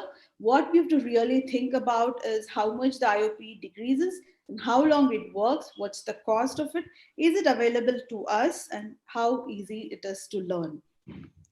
So thank you. Thanks for the opportunity. Thank you very much, Dr. Rashmi. You gave a good punch. She's going to be now contoured by Dr. Swati Upadhyaya, who's the medical consultant, glaucoma services from Arvind Eye Hospital, Pondicherry. And she's going to tell us that cost is the overriding concern, and she's going to vouch for that. Look forward to hearing you.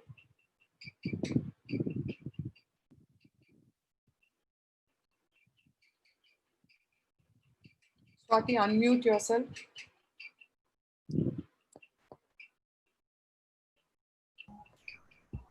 Are my slides visible, ma'am? Yes. Yeah. Good evening, everyone. Thank you, Dr. Chitrama and AIOS-ARC for giving me this opportunity. I'm going to. Yes, ma'am, it's going to come. I'm going to speak in favor of GAT, gonioscopy-assisted transluminal trabeculotomy, specifically suture GAT. Cost is always the overriding concern because one can't see the hard-earned money go waste over a fancy item not serving the purpose for which it was bought. And in this case, it is Kahook dual blade. So I'll definitely vouch for GAT. So let's debate. So as Dr. Chaya and Dr. Rashmi have already told about the specifications of mix, I would just take you through the instruments required for GAT. First is the low temperature cautery, 50 Prolene suture, 25 gauge MVR blade, Helon GV, or you can use Orogel, MST forceps, Swan Jacob gonio prism, and the McPherson's forceps. So if you see, almost all the instruments are easily available, only you have to buy a low temperature cautery. And now Orolab is trying to make mushroomed sutures, which will be easily available over a period of time. But the fascinating thing is one low temperature cautery can be ETO'd and it can be used over around 25 cases, which is my personal experience. Also, gonio prism is both common to KDV as well as GAT. So now I'll just take you through the steps of GAT surgery, suture GAT surgery. So your first step is to blunt the tip of the 50 Prolene suture so that it becomes little mushroom shaped, so that it doesn't traumatize or create a false passage while the suture is advancing inside the Schlem's canal. Then you make a paracentesis, then fill the anterior chamber with Helon GV, then tilt the patient's head away from you 45 degrees and tilt the microscope towards you so that you get a bang on view of the angle. So the requisite, this is common to both KDP and GAT, that you have to have a tiltable microscope. Then you introduce the blunted 50 Prolene suture into the anterior chamber. You sit temporally so that you can aim at the nasal angle.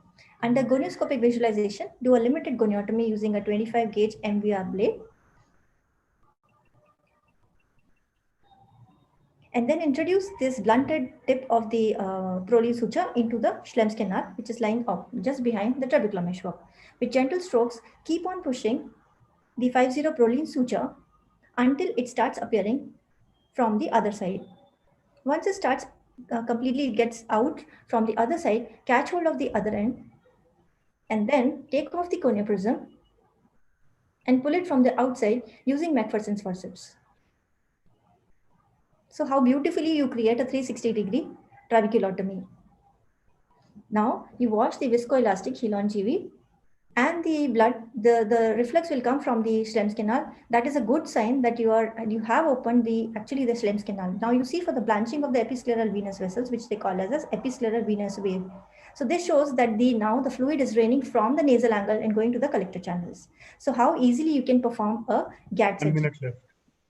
So these are the results which I would say that gonioscopy, Davinder Grover and group have published, that it shows excellent results. And this is another group which says that it is it has got a low rate of complications and it is conjunctival sparing nature of surgery. One study which Rashmi has told also says that both the KDP and GAT are equally effective, and KDP is and limited goniotomy is as equal as 360-degree goniotomy. So these are the similarities. Intra-op gonioscopy is common, tiltable microscope is common, high viscosity OVD. Learning curve, yes, I agree. Suture GAT has got a longer learning curve than KDP, but scarring on the ankle over a period of time occurs in both. As I've seen in both the cases, I've done KDPs, I've done GAT, so it happens in both. Extent of goniotomy, yes, 360 degrees in GAT and 120 to 180 degrees maximum in KDP. Approval is not needed for suture GAT, but yes, KDP still needs to be approved in India. Suture can be used over multiple cases, 25 cases, low temperature cautery can be used, and one Prolene suture can be used for 10 cases. So I would like to say suture GAT is an effective mix which needs no formal approval in India and which can be performed at 1/100th of the cost of a KDP. Thank you so much. That was a good one. Either of you could answer me, Dr. Rashmi or would you consider doing it in narrow angle eyes, or would you think of doing it after a cataract surgery, if at all, in these situations? So narrow angle eyes, it is not usually recommended, but after cataract surgery, I have seen Dr. Cyril Dorairaj, who's been doing KDB goniotomy. He says that if gonio synecholysis is done, then and the angle structures are visualized, then it is done. But definitely for the beginners or for those who are doing it the first time, that should not be tried. It's only ideal in the initial phases to do only in open angle cases.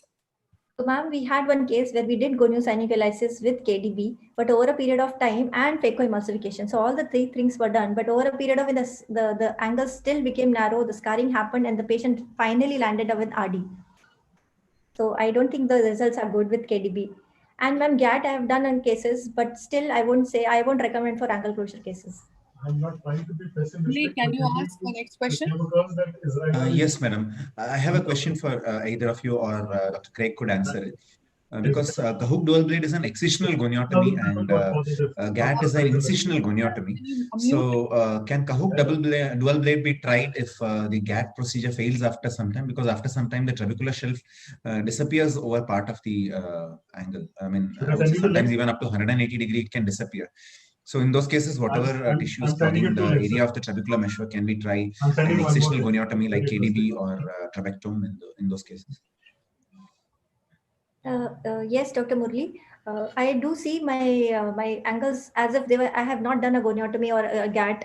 They close, the cleft closes over a period of time, and I see in the superior angle more prominent clefts rather than the nasal angle. And still some little path will come on, but I haven't tried a KDB over a GAT. But yes, I don't know. Rashmi, what do we do? So in I don't have any experience with GAT. Once I tried, but I could not pass the suture at all through the Schlemm's canal. But with KDB, I can tell that if for initially when we were doing, I was not giving pilocarpine, and wherever the goniotomy was done, the synechae were developing. So there, definitely, I don't think we could do anything else. But nowadays, after doing 3 to 4 weeks of pilocarpine, the area where the KDB is done, definitely it looks to be white and not similar to what it was in the trabecular meshwork. So I'm not sure whether it closes unless we do a ASOCT based study or a histopathology to know whether that area is closing. But IOP wise, they're doing very well. Unlikely that it closes after an excisional biopsy. Dr. Chaya can comment on this. Yeah, this brings up a lot of issues with regards to doing either a GAT or a KDB type of goniectomy procedure. I think it is possible. I have a few congenital glaucoma patients where I've done a GAT and have come back later to do a repeat GAT with still similar results. So I think part of it is understanding the nature of the tissue healing response in the angle post-surgery. We still don't know a lot. We still don't understand why some patients who have a trabecular shelf do well and why some people with a trabecular shelf don't do well. And I think this is the dynamic nature of the conventional outflow pathway. As I alluded to, it's not homogeneous. It's not continuous throughout the entire canal. So while you may see a trabecular shelf in a particular area, And in that patient, if it's not working, you have to come to the conclusion that there's something wrong further downstream, right? And so I think all options are open for patients, but understanding why a patient may not be doing well, it may not be due to your technique. You may do perfectly elegant surgery, but it may have to do just with the disease process and the staging of the patient. Thank you. We shall go on to the third debate because Dr. Suhasini has got held up, and we'll come back to them as the last. The next debate team would be held by Dr. Sujini Shroff, who would be debating on a very interesting topic, very relevant to us in our day-to-day practice. Mitomycin by sponges prior to trabeculectomy. I vouch for a traditional approach. Dr. Sujini Shroff is a practicing glaucoma consultant from Narayan Netralaya, Bangalore, and has authored several Indian and international publications. On to you, Dr. Sujini. Unmute yourself.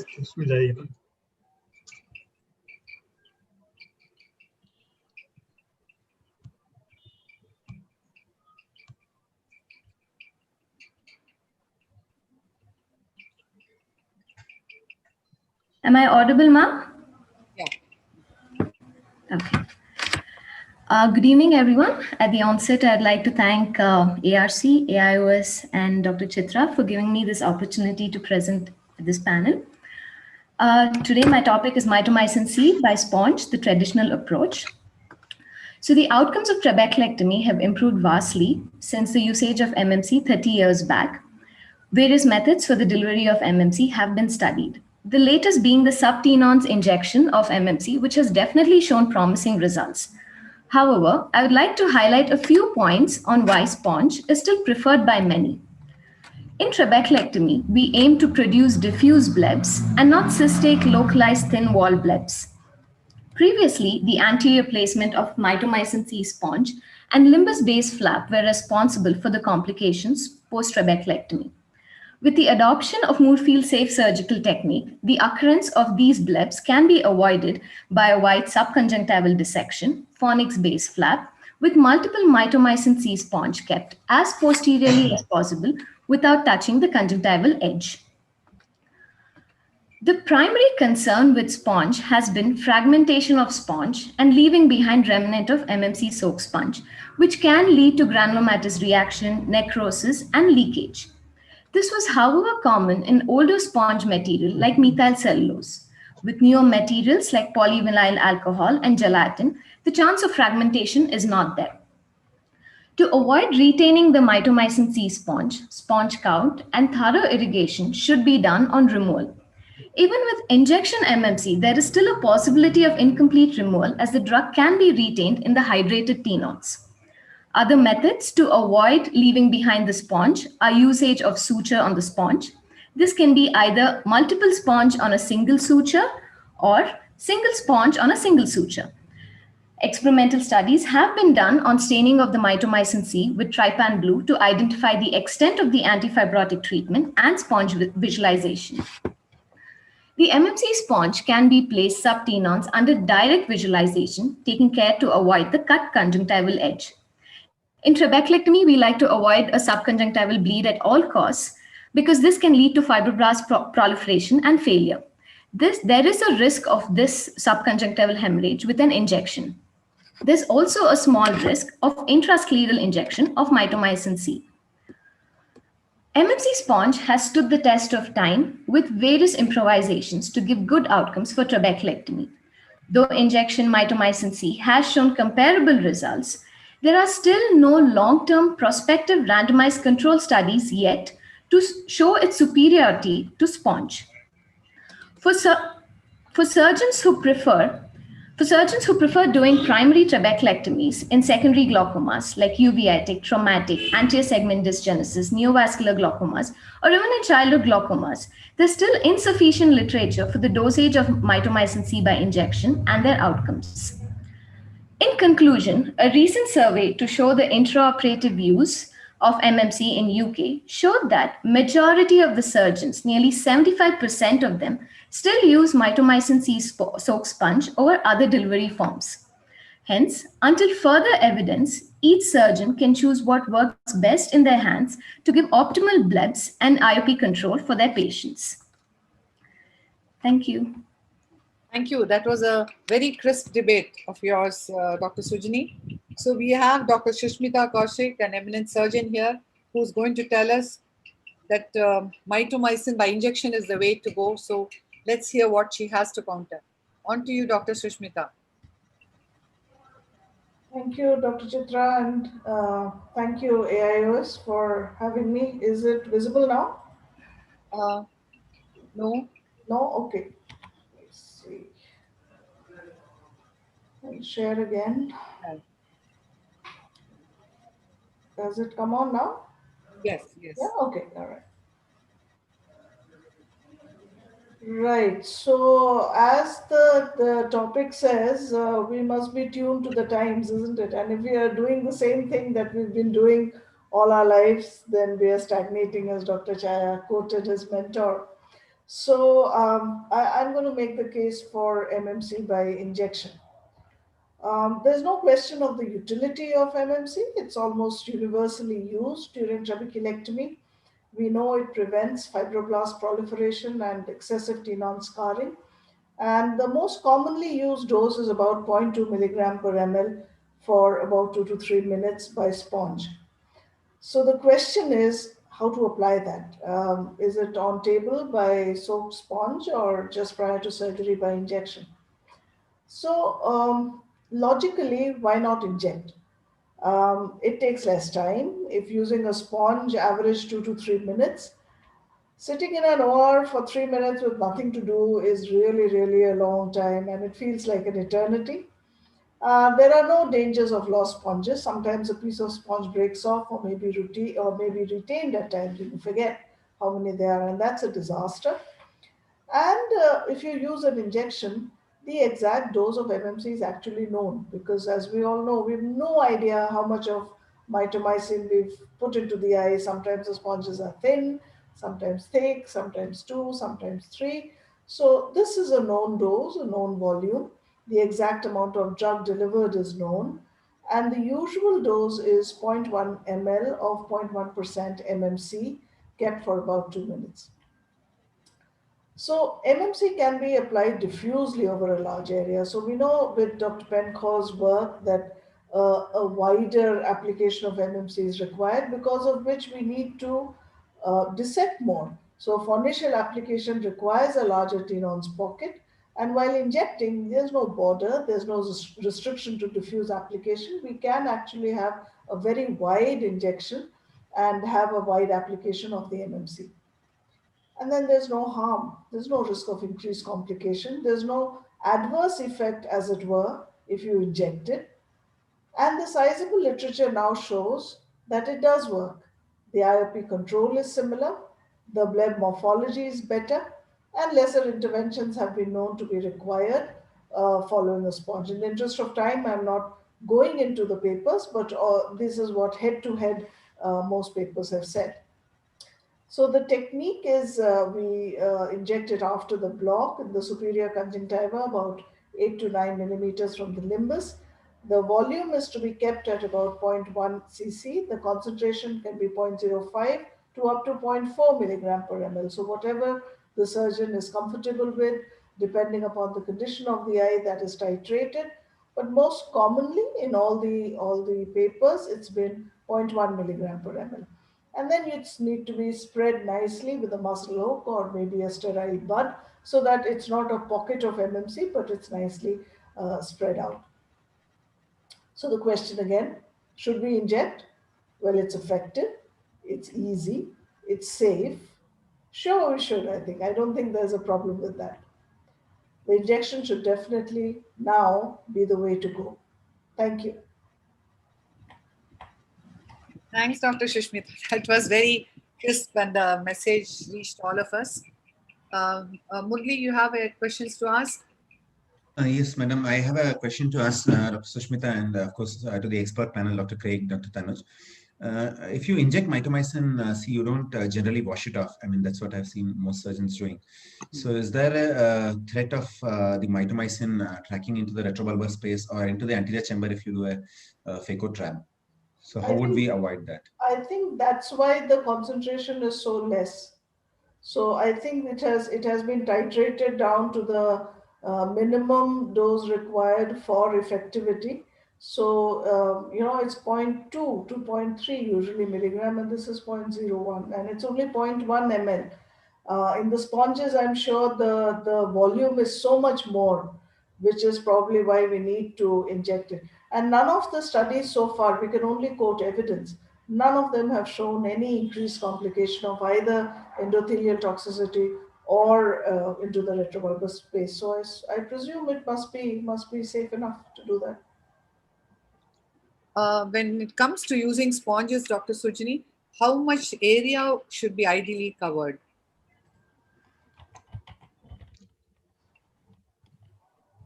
You should unmute yourself. Yes. Am I audible now? Yes. So wide posterior dissection as much as possible.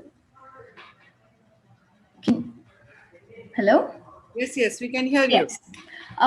So ideally, we should do a subconjunctival dissection as posteriorly as possible, so that we can keep the sponge as away from the conjunctival cut edge as possible, so that we avoid the complications of necrosis at the conjunctival tip.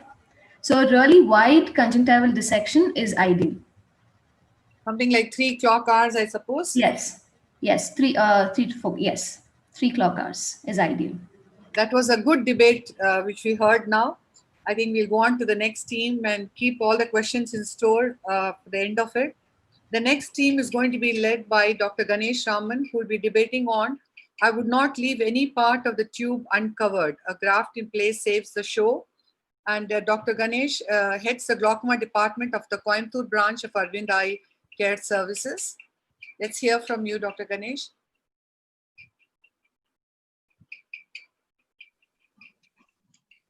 Thank you, madam. Can you see my slides? Yes. So this is GDD tube under cover. I would thank AIOS-ARC and Dr. Chitra for giving me this opportunity to speak to you on this topic here.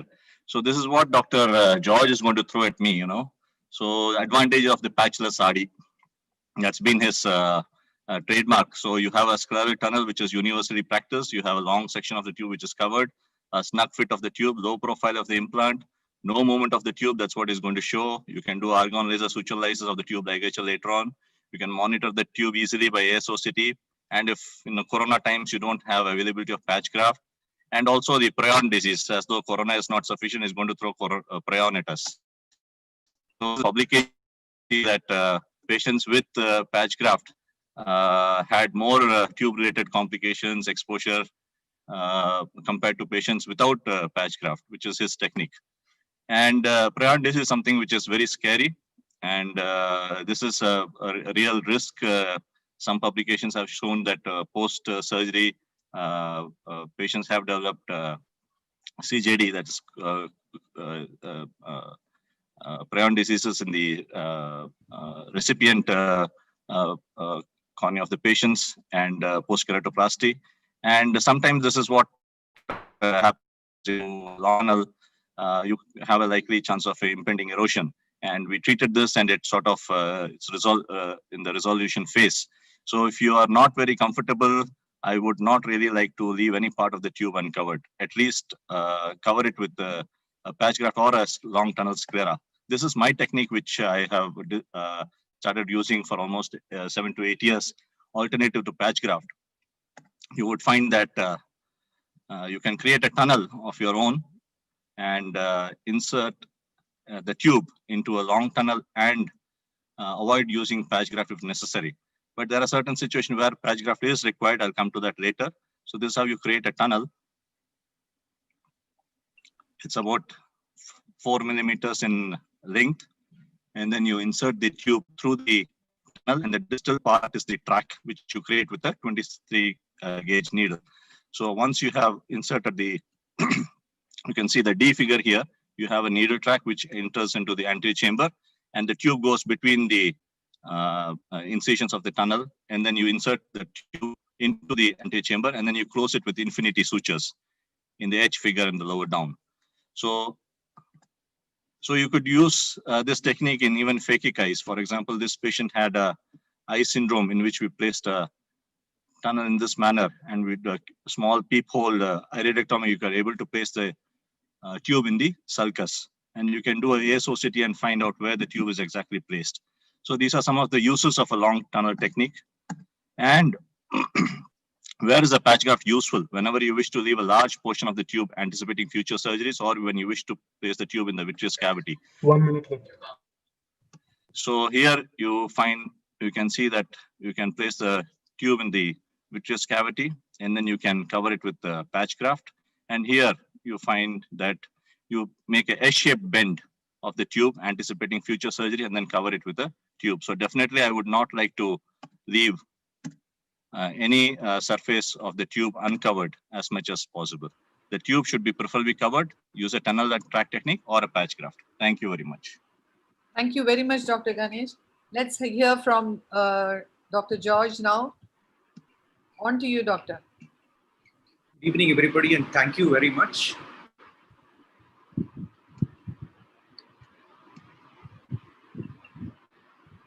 I'm sure Dr. George is known to one and all of us, the Chief of Glaucoma Services at Arvind Eye Hospital, Arvind Eye Care Systems, Madurai. And I'm sure he's going to have a very effective counter at this point. Thank you very much, Chitra ma'am. So tube erosion is a concern when using an extraocular implant, and covering the tube with a patch graft is not a full insurance that you can avoid this. So here is a rare occurrence of a graft getting melted and the tube extruding. So I'm sure that many in this panel would have seen this over a period of years. The patch starts melting, and we find the tube just lying underneath the conjunctiva. And most of them, yes, they do remain stable for years together with just the conjunctiva overlying it. So we will look at 3 study groups who have reported their post-operative complications over a 5-year follow-up, and all 3 study groups have used patch grafts to cover the tube. So this is the tube versus trabeculectomy group, and the tube exposure in TVT was 5%. 5 out of 107 patients in the tube group had to undergo a tube revision with new patch graft, after which 2 of these patients further had recurrent tube erosion, another tube revision, and 1 of these patients ended up with a removal of the tube. Coming to the ABC, the Ahmed-Bawel comparison group, again reported their complications during their 4 years of follow-up. They showed 3% of tube exposure in the AGV group, 1% in the Bawel group. Revision for tube erosion was done in 2 of those AGVs. 1 of the AGV was explanted, and 3 in the BGI. So the same patient had 3 erosions. Lastly, the AVB study. Again, 4% in the AGV group, 2% in the BGI group. Revision with patch graft, 2 in the AGV, none in the BGI. Both the BGIs were explanted. 3 of the AGVs were explanted. So tube exposure is a paramount concern when implanting the tube without a donor patch graft. However, all the studies, and this is precisely the reason why you don't see much literature, much of this technique. However, all the studies using modified scleral tunnels, which Ganesh just now showed, and flaps do not report an incidence of tube exposure of more than 2 to 3% in eyes without the patch graft. So this is the Felix Gil group from Mexico. They describe a technique of 22 or a 23 gauge needle generated 3 to 4 millimeter long needle track without fashioning a scleral flap or using a donor patch graft. They reported results of 128 Ahmed glaucoma valves in Mexican children with a mean follow-up of more than 2 years. They encountered tube-related complications like tube retractions, lens touch, transitory endothelial loss. But what was amazing in this publication was that the tube exposures were nil, and that too, it is pediatric refractory glaucoma, which we know the tube exposures are much more than the adult group. So what we are advocating today is this a slight modification of this technique, a patch-free, a flap-free tube implantation through a 4 millimeter 23 gauge needle generated scleral tract. And we do a little bit of markings to ensure that an optimum 2 millimeter tube is left in the anterior chamber. We also mark the initial scleral groove to make sure that we get a 4 millimeter scleral tract to insert the tube into the anterior chamber. We also try as much as possible to get both in the right and the left eye. We try to fashion the scleral tracts medial to the original position of the tube so that the tube enters the eye at around 12 o'clock. And the tubes entering the eye at 12 o'clock have the minimum possible contact with the upper eyelid, thus minimizing the risk of tube exposures. So as Ganesh has already shown this, we have published our results. This paper has, we have tried to describe the surgical technique as best as possible with a lot of wealth of Professor Paul Palmberg's knowledge and experience thrown in the discussion part, where there is a lot of useful practical tips on how to get the scleral tract right and also how to get the tube as close to the iris as possible. This publication also has a link to a supplemental video which those of you who are interested could look at. So again, we saw that we didn't have any tube exposures in the non-patch group, both in the adult and the pediatric group. So in the adult, within the first year, we had 2 tube exposures. Pediatric, we had 5 eyes within the first year having tube exposures. So again, there are 3 things which I would like to highlight. There is less elevation of the ocular surface, much smoother, less inflammation and better wound healing with this technique. Again, a flatter transition between the conjunctiva and cornea, improving the lubrication at the limbus. Again, this is crucial to avoid tube exposures. And again, as Ganesh has mentioned, prevents micro movements. Having a tube snugly fit in a 23 gauge 4 millimeter scleral tract, the micro movements are very less. There are no micro aberrations. Also, you have the potential advantage of avoiding late tube straightening and the tubes getting close to the endothelium. We have tried to shorten the learning curve as much as possible. Most of our surgeons, just a single session in the wet lab, multiple entries, and we have also multiple entries into the anterior chamber to get this track right. We have also made some calculations on the needle to ensure that the tube lies as close to the iris as possible. See, I have seen a lot of debates. There's a lot of Photoshop work involved. This was one which Dr. Satyan showed in a recent AIOS-ARC debate, where you can see the RD implants on Kavita's ears. And probably the first time I didn't have to Photoshop my good friend and colleague, Ganesh, because this is something which we do day in and day out for the last 3 years. There is no Photoshop work involved in this. And also the topic is a modified technique saves the time and need for a graft. Ganesh was saying that I was going to throw a lot of things like prions and COVID at him, but these are all just fringe benefits. We are just bothered about safety, and then more about safety. And we truly believe that embedding the tube in patient's own sclera is the best way to avoid tube exposures. The only caveat is to get a scleral tract which is of sufficient length and depth to make sure that the tube is well buried in the patient's sclera. And we truly believe this. We have, even in our pediatric patients, the very young, this is the way to go forward to take tube exposures out of the equation. Thank you very much. Thank you very much, Dr. George. I think both of you have given us all the information which we need in your brief debate. So I thought I will just go on to asking some questions rather than countering you all again and again. How would you diagnose and manage a peritubular leak, Dr. George?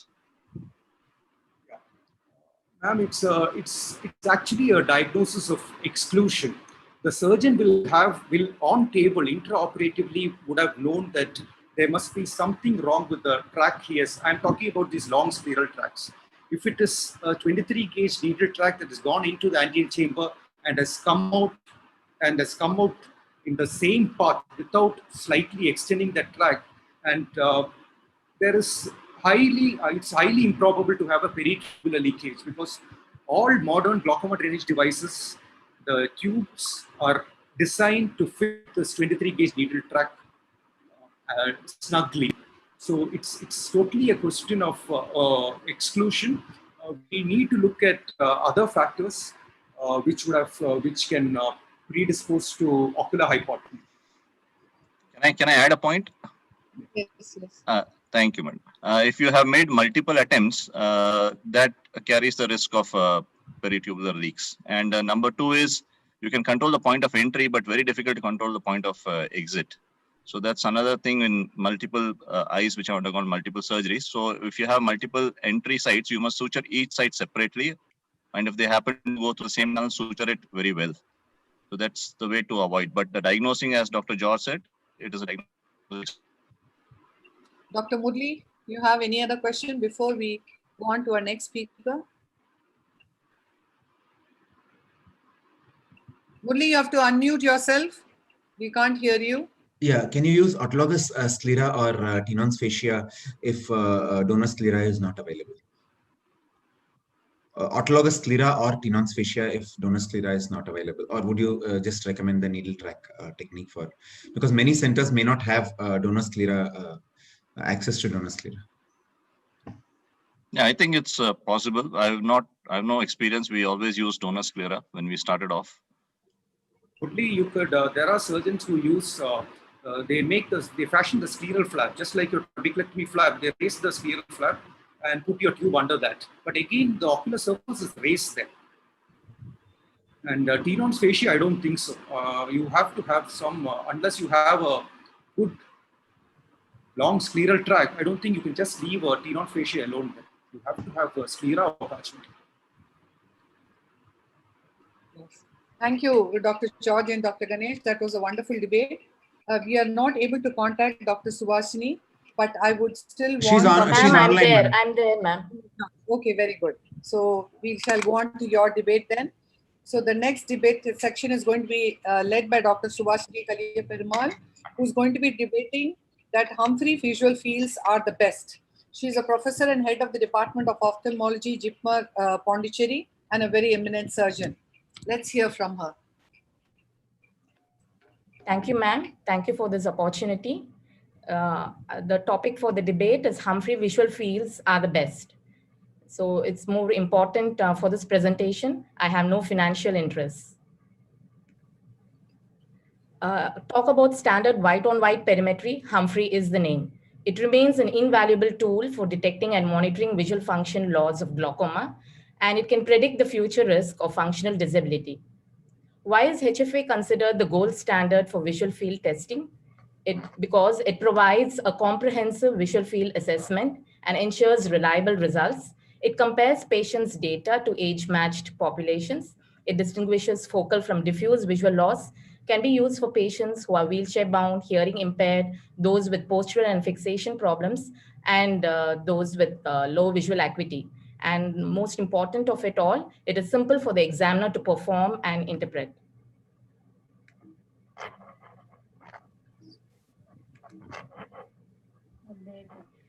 There are other white-on-white perimetry, such as octopus and perimetry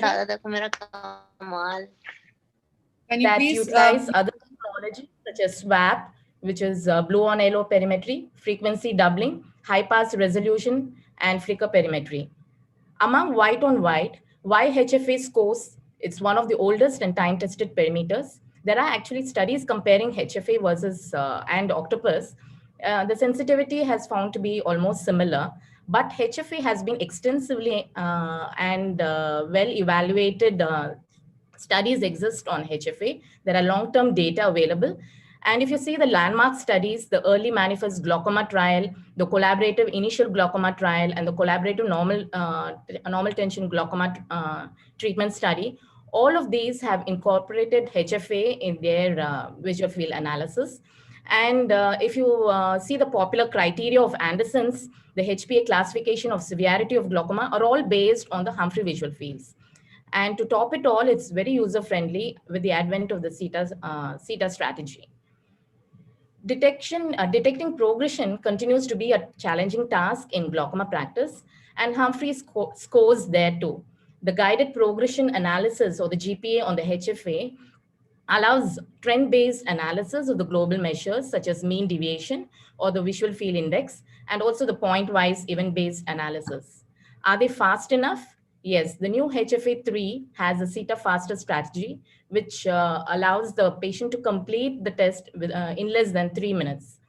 If you see this picture, you can see the evolution of the HFA over the last 50 years. The CETA was introduced in 1997, and you can see the GPA was introduced in 2003. The HFA3 has a very streamlined and faster workflow with so many new features, with the reduced visual field testing time. As you can see in the CETA Faster, which is about half the testing time of CETA Standard and 70% of the CETA Fast, but having the same reproducibility as CETA Fast. So this improves patient satisfaction and reduces fatigue. The mixed GPA allows intermixing of the CETA Standard, CETA Fast, and CETA Faster protocols, and you get a progression. There are other features like the exclusive gaze tracking and the liquid lens technology, which allows to load automatically patients' refractive correction based on the previous exam. Then there is a REL eye monitoring, which is a video capture feature that records images of the patient's eye during the presentation of each stimulus, and it and helps to identify unreliable fields. And then there is the kinetic perimetry, which is more extensive in the new HFE3. And there is also the forum glaucoma work.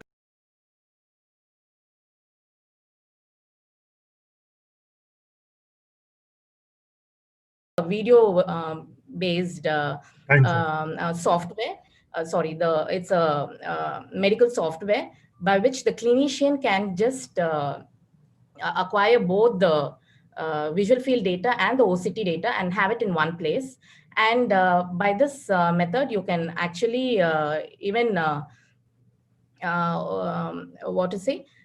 you can bring all the data. You can work from a remote computer and get all the, not only view them, but also you can manipulate the data. And you also have the combined report where there's an integration of structure and function. And this will allow, will tell us the anatomical relationship of the visual field points. The visual field testing by head mount and other tablet forms, they are all low cost methods, which will, and they're portable devices, which helps in the screening programs. But can they be used as a standalone screening test is a big question. The sensitivity and specificity of these tests for glaucoma detection, they remain insufficient. They are not enough data as of now. And so I would like to conclude by telling that HFA at the moment will continue to be the gold standard against which any new technology will be compared. Thank you. Dr. Shalini, could you share your screen? Thank you very much, Dr. Subhashini, for a very extensive talk. Thank you. Dr. Shalini is a senior consultant glaucoma in GSBM Medical College, Kanpur, and she's going to tell us why the new Dr. Subhashini, you need to stop your screen share. Dr. Subhashini, can you stop sharing your screen? I'm not able to share because of it. Yeah. Thank you. Ma'am, sir, I'm just connecting, sir. Yes, sir. Yes, sir. Yes, sir. Thank you so much, AIOS-ARC and Dr. Chitra Ramamurthy for this opportunity to talk on newer perimeters. Although 4 minutes is very less for this topic, but still I will try to do justice. As Dr. Subhashini very nicely interpreted the Humphreys perimeter as gold standard device, which we all like this device, which we all have used and still are having at our armamentarium. But we cannot forget the technology, the evolving technology. And nowadays, when the newer mobile phones are coming up with foldable mobiles, how can we ignore these? So visual field testing is definitely an essential part of glaucoma diagnosis, but is a real challenge because of its subjective nature, lengthy tests, prolonged duration, and prolonged learning curve. And these are all problems with the Humphreys perimeter. The full threshold is definitely time consuming, and CETA, which is the popular strategy, has found to have poor test-retest variability, and particularly in the areas of field loss. And that is why we want a test which is faster, cheaper, easy to use, and relevant to whole population. And that is why we are having newer perimeters, newer programs, and newer algorithms, which actually try to find a trade-off between the testing time and accuracy, and to minimize the patient stress and simultaneously to improve the reliability of results. Now, as Dr. Subhashini said, we have this octopus as white and on white perimeter, which is having the top strategy, which is 4 times faster than CETA. And in fact, the visual field estimate can be done in just 2.5 to 3 minutes. And therefore, better acceptance, better performance by the patient, frequent examination can be done, and therefore better detection of progression. Now, when we see the evidence, the comparison between the Humphreys and octopus has shown that octopus has shorter test duration and better test reliability also. Not only does this, the G1 program in the octopus can identify the central visual field defects which are missed on 24-2 visual fields of CETA program of Humphreys perimeter. And for that, we need to do 10-2 tests several times. Similarly, if we talk of kinetic perimetry, the original Goldman bowl is preserved in octopus, which is somewhat missing in the Humphreys perimeter, and therefore extent of visual field examined is better in octopus rather than in Humphreys perimeter. So there are Indian studies also to prove the same. Now, if we come to other newer perimetry techniques which actually dissect the visual pathway by targeting specific ganglion cells, and therefore they can detect the glaucoma in early phases where Humphreys usually misses. So we will talk about the frequency doubling technology where we have alternate dark and light bands, and it has been found in this meta-analysis where almost 206 articles were retrieved, and they found good sensitivity and specificity with good confidence interval to identify the early glaucomatous defect. Now, when we talk of this blue on yellow perimetry, which is the swab, it has got a value in cases where early visual field defects have been missed. And similarly, if we talk of other perimetry techniques, especially microperimetry, which has come up, which is the fundus-driven perimetry. Now, here precise fundus tracking is done throughout the perimetric testing and has got very useful in patients of ARMD, retinitis pigmentosa, and Stargardt disease. Therefore, every perimeter has its role, and we cannot forget the advantages of these perimetric devices. When we talk of head-mounted perimeter, which is very useful in the patients where which are not mobile. Now, this was a very good comparison which was done between Humphreys and head-mounted perimeter, and they found good correlation with Humphreys perimeter. And not only this, the program, which is 1-2 program, identified the central defects more usefully because of the 2 degrees apart testing strategy used in this perimeter. So, the debate, the concluding remark, I would say that 20 years ago, when automated perimetry first started, the ophthalmologists used to ask, will it ever replace the conventional perimetry? And now, when we are talking about these newer perimetry techniques, it is the same question which was asked for conventional perimetry. Whether these newer perimeters will replace the current Humphreys, yes, definitely they have their niche. And we should not forget that our future success is directly proportional to our ability to understand, adopt, and integrate the new technology into our work. Thank you so much. Thank you very much, Dr. Shalini. Paucity of time, I'm not going to be asking you all questions, and we'll come back to you all later if we are lucky. So we shall go on to the next interesting segment of this webinar, One Case, One Pearl. And we have a first speaker, Dr. Neha, who's going to be presenting on managing late leaky blebs, my experience. She's an alumni of RP Center, specializing in pediatric and glaucoma, and has her own glaucoma center at New Delhi, Advanced Eye Care and Glaucoma Services. On to you, Dr. Neha.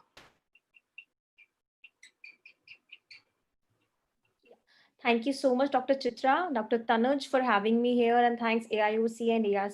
So I'll be talking about managing the late leaky bleb. Second. Yeah. So my acknowledgements to my mentor and my colleague. I have no financial disclosures.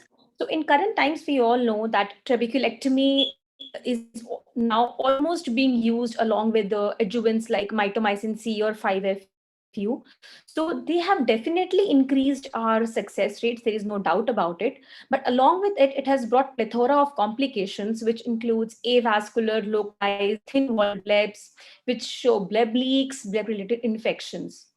So a perfect balance is required. We need to take care of the mitomycin C factors, like what dose are we using, what duration we are using, a wider area of application, and at the same time, patient factors like what is our diagnosis? Are we dealing with secondary glaucomas, neovascular glaucomas? What is the target IOP that we are looking at? And how is the overall conjunctival health?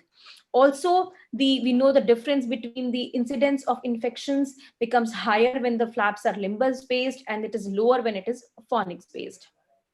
So my today's case is a 66-year-old female who was a case of primary angle closure glaucoma, and she underwent trabeculectomy approximately 15 years back. And now she presented to us. I'll just start my video.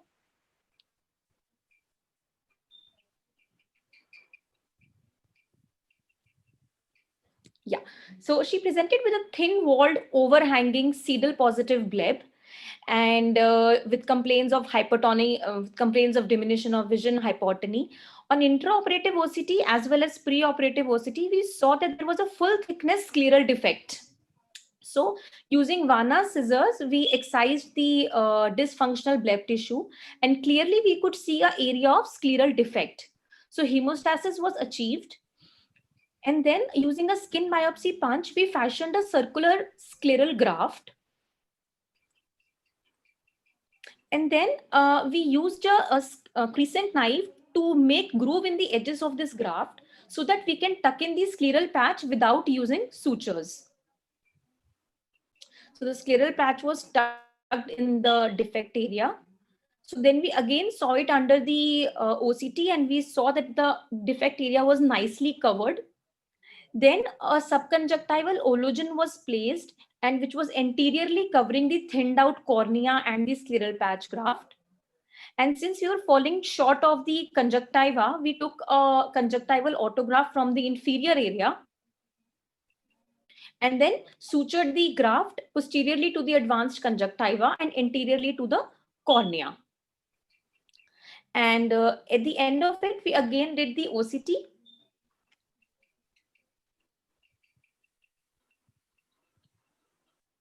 And we saw that the bleb wall as well as the scleral integrity was very well maintained. So 1 week post-operatively, patient had IOP of 12 millimeters of mercury. The repeat AIOS-OCT showed restoration of scleral integrity. So we all know that late onset bleb leaks, there are ways you can manage them non-surgically by use of aqueous suppressants, pressure bandage, tissue adhesives, injection of blood into the bleb, lasers. But however, conservative management for late onset bleb leaks may be helpful in only 50% of the cases, and remaining will need some surgery. So the role of ologen is increasingly coming into picture in bleb revision surgeries. Basically because of the following benefits. One being that it provides tamponade over the filtration site in the initial phase and allows help in building up of the IOP. It gives some mechanical support to the thinned out sclera. It prevents conjunctival scarring and failure of your surgery. Cosmetically, it is better than patch graft. It is more readily available. And obviously because it acts as a scaffold for the cells to grow and makes it a good alternative for scleral patch. So as the title is one case, one pearl. So the pearl here is this Dr. Tanuj had already mentioned in his talk that when a patient of late onset bleb leak or hypotony is coming to you, it is very important that you identify the level. Where is the problem occurring? If only conjunctiva is the dysfunctional, bleb epithelium is dysfunctional, conjunctiva is dysfunctional, then you can go for conjunctival advancement only. If your scleral flap is friable, then we can think of raising another scleral flap like Momini's repair. However, if your scleral bed, the entire scleral bed is necrosed, then you need a scleral patch graft, as in our case. So the use of anterior segment OCT and UBM is very helpful. They can help you plan your surgery ahead.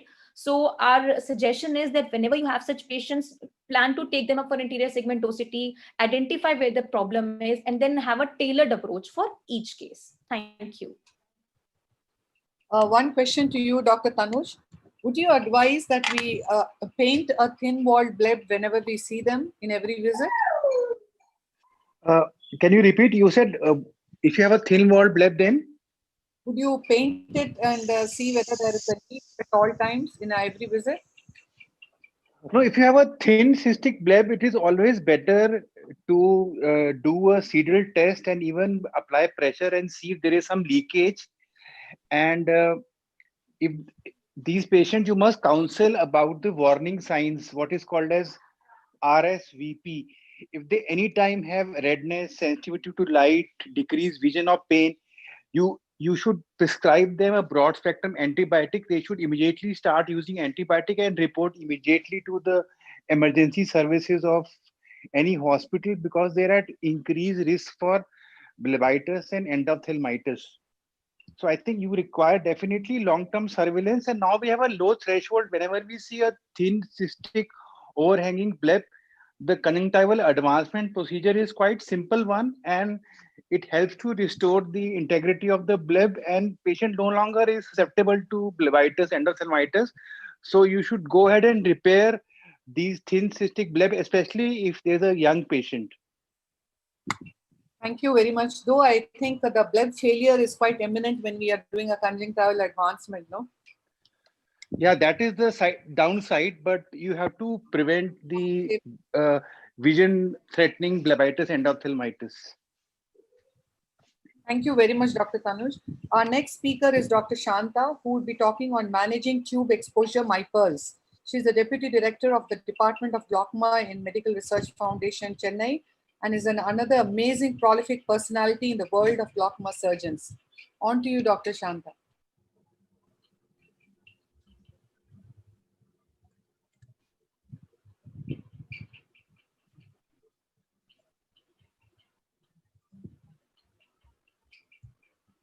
Could you unmute yourself?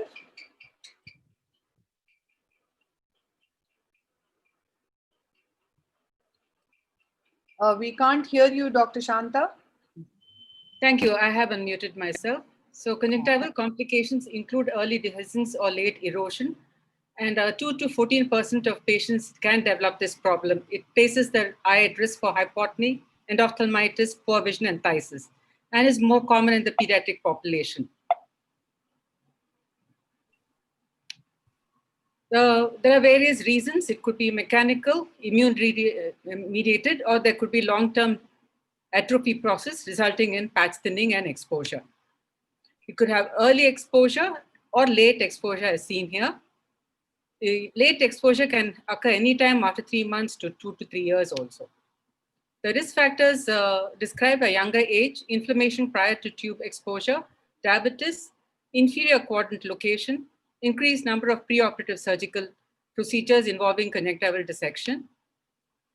Plaque race has also been reported, an increased number of pre-shunt IOP lowering medications, previous glaucoma laser procedures, and combined procedures with the drainage devices. So prevention, we have already discussed with the previous speakers. You can anchor the tube, you can use a scleral tunnel, and careful conjunctival dissection prior to the surgery and closure as well. Number of patches can be used to cover the tube. The corneal patch has the advantage that it is more cosmetic. And in this patient, an early conjunctival dehiscence did not matter with the corneal patch because ultimately it epithelialized. Early management in the early postoperative period consists of using either large diameter contact lenses, 18 to 20 millimeters, or using doxycycline. This patient underwent an inferior tube implant, as you can see here. 3 weeks later, the conjunctiva had necrosed with exposure of the sclera. Using doxycycline resulted in healing after about 3 to 4 weeks. If conservative management doesn't work, especially in late cases, the options are surgical treatment. Common steps for all the techniques include dissection of the conjunctiva around the area of the exposure, undermining it all around, and sometimes trimming the edges so that you get a raw surface. Secure the tube to the sclera and cover the tube with a patch graft of some kind. Use fibrin glue since the conjunctiva can be scarred and sometimes even necrotic and can cheese wire.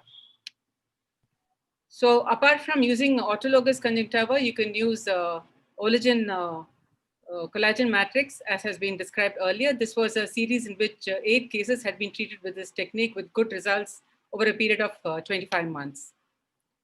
Buccal mucous membrane graft has also been described, and this can be taken from the lower lip, the inner surface, trimmed of the submucosal fat, and then used to cover the conjunctival dehiscence. Human amniotic membrane transplantation has been described as well. This was a child with tube exposure 6 months following surgery for glaucoma following congenital cataract surgery. And you can see that amniotic membrane transplantation has resulted in a good result. So conservative management for early tube exposure, use fibrin glue during the repair to avoid the conjunctival tearing of the conjunctiva with the sutures. Meticulous attention to technique. Do not make multiple attempts at repair, more than twice, and most of the time you have to remove the implant. And remove implant if the plate is exposed. If the plate is exposed, covering it with a patch graft does not work. Thank you.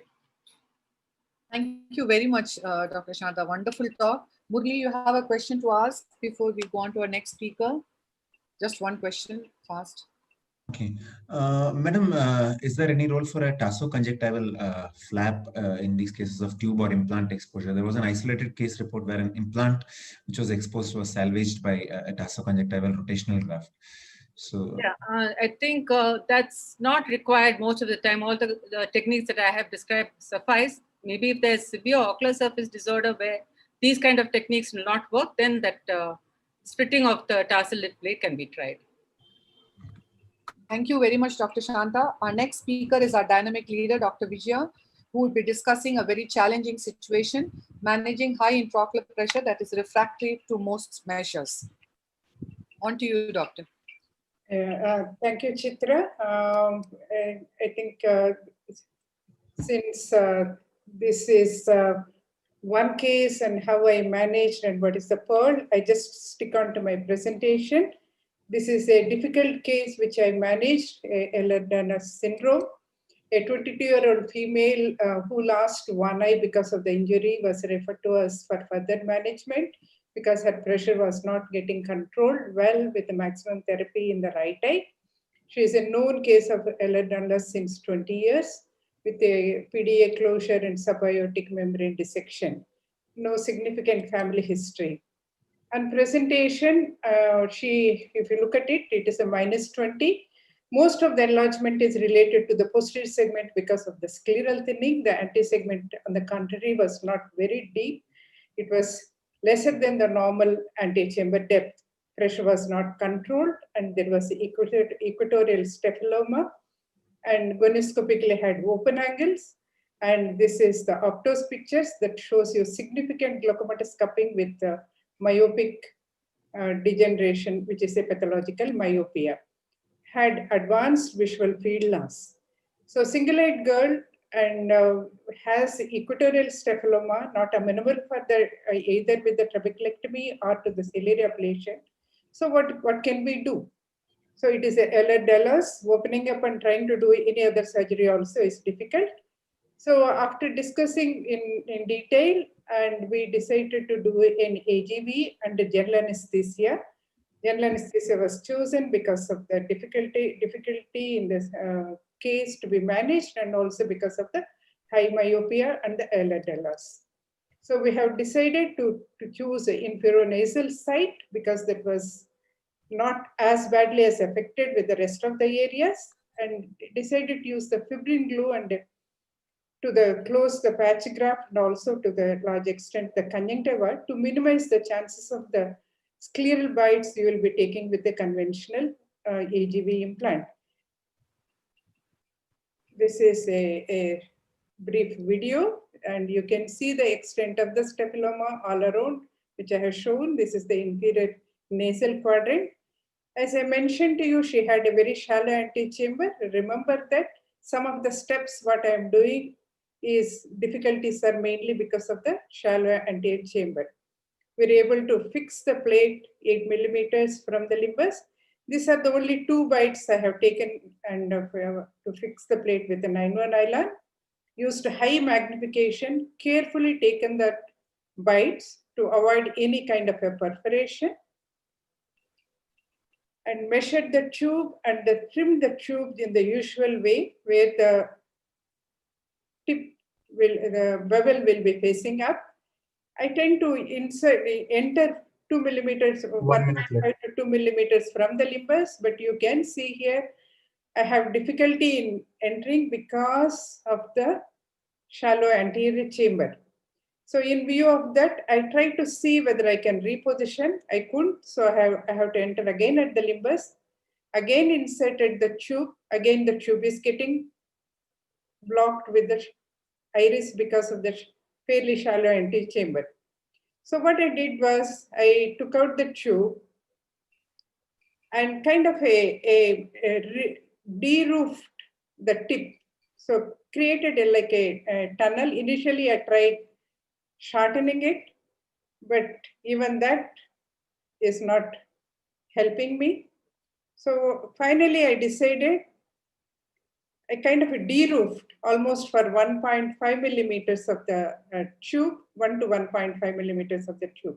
So even if the tip is getting blocked with the iris, I know very well the aqueous can still go through this tube. So in the standard fashion, I have put the cornea, used the fibrin glue as I mentioned, and used a close the conjunctiva. Because of the short lack of time, I think I have to move on to the next slide. So next day when we saw her, she had a flat anterior chamber and the pressure was high. So to examine the posterior segment, I dilated patient, gave her 2 tablets of Diamox. Immediately with the dilatation, AC has deepened. So we kept her on atropine and dorzolamide and timolol, and continued with the antibiotics and steroids.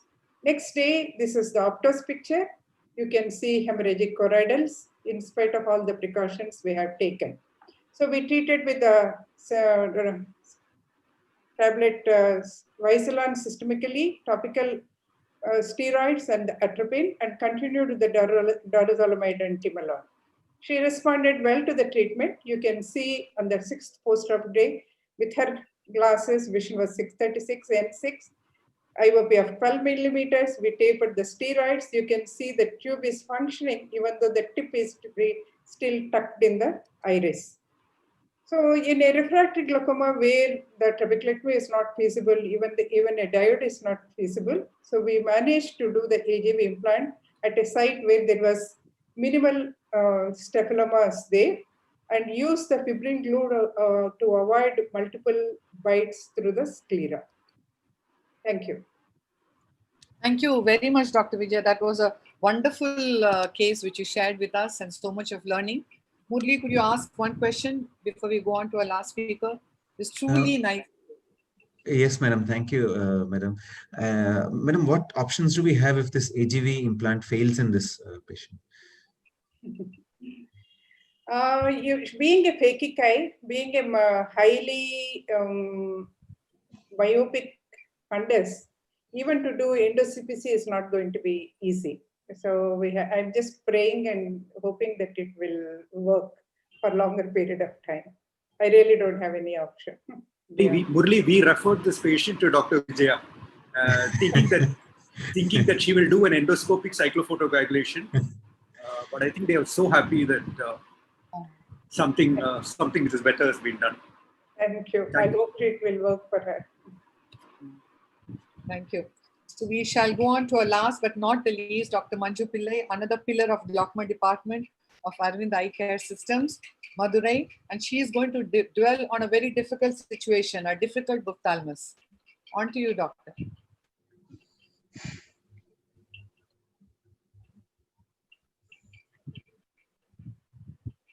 Could you unmute?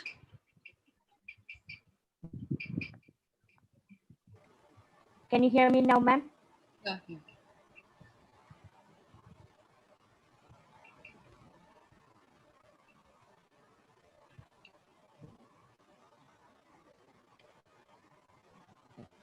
Okay, so it's the last presentation. So here I'm just presenting a small case series.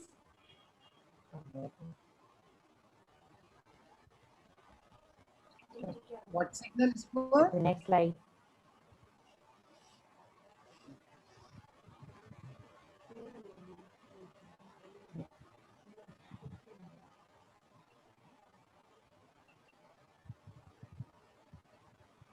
So it's a siblings of case series, like a 2-month-old male child presented with left eye watering and born to non-consanguineous parents, and it was a full-term cesarean session with a normal antenatal and neonatal history. And on clinical examination at 2 months of age, there was a megalocornea in the right eye and cataract in both eyes, and intraocular pressure was 11 in the right eye and 22 in the left eye. And right eye had an axial length of 18 and left eye was 90.49.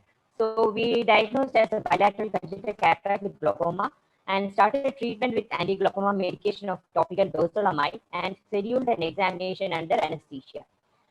But the child was lost to follow-up due to COVID-19 and lockdown restrictions, and there was a poor compliance to medication.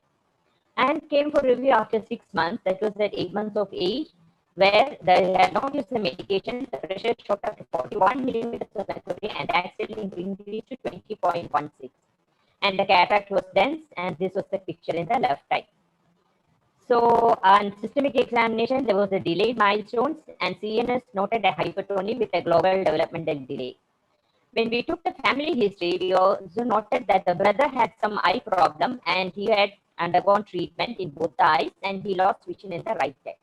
So we called the parent for an examination and checked his case sheet, and he also had a defective vision at 15 months of age, and the similar history, delayed milestones. And both there was a record of sequential cataract surgery done and both on anti-glaucoma medication. And short screening was positive for the brother, that was IgG for CMV, and fractional RD in the right eye, and left eye showed a RP modeling, and ERG showed a reduced Rhodes and Con amplitude. So on examination of the elder brother, it showed that the right eye was aphakic and left eye was aphakia with a normal disc, and intraocular pressure was borderline with 24 and axial length was stable. And this is a picture of the elder brother. So for the baby, we did the investigations. All the basic investigations were normal, and the top screening showed a high positivity for CMV IgG. And examination of the parents, mother showed a posterior polar cataract in the left eye. And so the common features in both the siblings were congenital cataract, glaucoma, delayed milestones, and IgG CMV positive. So now, what was the etiology and diagnosis for these children? Which eye to operate first? Whether to do a glaucoma surgery first or the cataract surgery. So EO of the second sibling showed under anesthesia the pressures were 33 in the left eye with all enlarged and axial length was 90. And right eye had a dense cataract in the visual axis. So we restarted the AGM fixed combination and went ahead with the right eye cataract extraction. And 2 weeks later, I underwent a left eye RP surgery. So this is a picture. First was the cataract, and this is after the cataract extraction, and this is after RD where the cornea has cleared up. Now we are going to be taking it for the left eye cataract extraction. So here the challenges were diagnosis, treatment of glaucoma and persistent cataract, and the investigations that we need to do.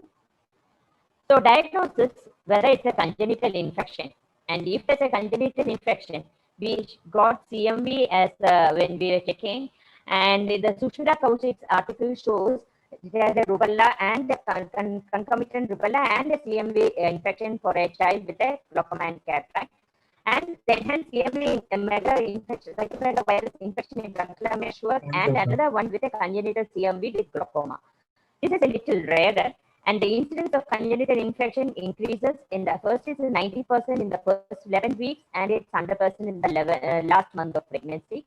And rate of congenital defects is more in the first 11 weeks of gestation. And pathogenesis of glaucoma in congenital infections, it causes the abnormal development of ankle secondary to either side, secondary to cataract or following cataract extraction. CMV infection is the most common intracranial infection, but it causes cataract rarely. And it mainly affects the choroidal. So if it's an inherited disorder, then there are 2 diagnoses that we can make. One is the Lewis syndrome, or second one is the Nance-Horan syndrome. Nance-Horan syndrome, we need to look at the dentition, and Lewis syndrome, it has congenital cataract and glaucoma, and females act as carriers, and we need to do investigations. So the take-home message is a proper family history taking, screening of parents and siblings are essential, differential diagnosis and appropriate investigation needs to be done, And treatment plan needs to be scheduled well for treating coexisting cataract and glaucoma to preserve the child's vision and to treat glaucoma progression. So thank you. Thank you, ma'am. Thank you very much, Dr. Manju. Dr. Shushmita, are you there? Hello? Hello, yeah. Yeah, Doctor, because there was a lack of clarity, so I wasn't sure whether Dr. Manju could hear my question. How early would you implant tube in these cases if the need arises? And the second question is, would you look at a 360-degree trabeculectomy or versus harms? So a 360-degree trabeculotomy, apparently those who are doing it, especially with the eye signs now, at least in more fields, they have reported no failures at all. So intuitively, I would think that a 360, if we can do it, maybe a GAT, as Rashmi was saying, the initial trials at GAT haven't been very successful. I've managed about 180, but not 360 as yet. But the more angle you treat, the more likely it is to get better. So definitely, if we can get hold of it, a 360 would be more. Regarding tubes, as we all grow over the years, the enthusiasm for invasiveness decreases and conservativeness increases. And 10 years ago, I would have been all gung-ho about putting the tube anywhere, but you realize that with children, with a growing eye, there are problems of tube migrations, of movement, of rubbing, and the cornea generally does take a toll on it. So I would be very conservative in putting tubes in small babies, unless absolutely. And in fact, limited diode laser cyclophotocoagulation is much lesser invasive for the children. We do about 180 degrees or even less, 150 degrees in the failed cases, of course. I mean, so we start off in a white cornea. I would start off with a combined trap with trap, and many times the cornea clears, but the pressures are not good enough. So we do goniotomy in the second because you have the rest of the angle. And in many, many cases, that's enough. We can go on to even a third goniotomy at times. So if you have a 360, that'll help. But tubes are, I would be more comfortable doing them in secondary glaucomas where I know the other eye is completely normal, especially if they're pseudophakic. There it's okay. But for primary tubes, I'm a little hesitant now. I think Dr. Vijaya is smiling because she's seen us grow and then talk the same thing that ma'am used to tell us, and now we've all realized that how true that was. So any other questions from the expert panel? Dr. Vijaya, Dr. Tanuj, Dr. Craig, it's sorry that we couldn't take some more questions with you. Thank you very much for having been with us till the end of the event. Dr. Vijaya? Yeah, nothing specific. I think quite late for everyone, and thank you very much. And I hope it was. So I think it's quite late, so I'll give my conclusive marks. It's been a truly an amazing webinar because there was a wide gamut of topics so beautifully discussed. And I think we owe it to all of you, all prolific surgeons and teachers in this group for making it so special. Special thanks to my co-moderator, Dr. Murli, for his constant support all through. My thanks to my special ARC team. Thanks to our admit team of AIOS led by Mr. Kripal. Of course, Mr. Sunil, who's the webinar admin, who has been associated with all of us throughout this early part of the planning and course of the webinar. Sai and Manjula from Numerotech, and a very special thanks to the ENTO team led by Mr. Nikhil, who have been our main sponsors for every single ARC program this far. Very special thanks to our attendees who gave us the energy to keep coming back again and again with more useful webinars. Thanks a lot. Thank you very much, one and all of you in this very expert panel and speakers. Thank you. Thank you, Dr. Chitra. Thank you. Thank you so much, Dr. Chitra. Thank you. Get vaccinated. As a most person in the group, I'm advising. Yes.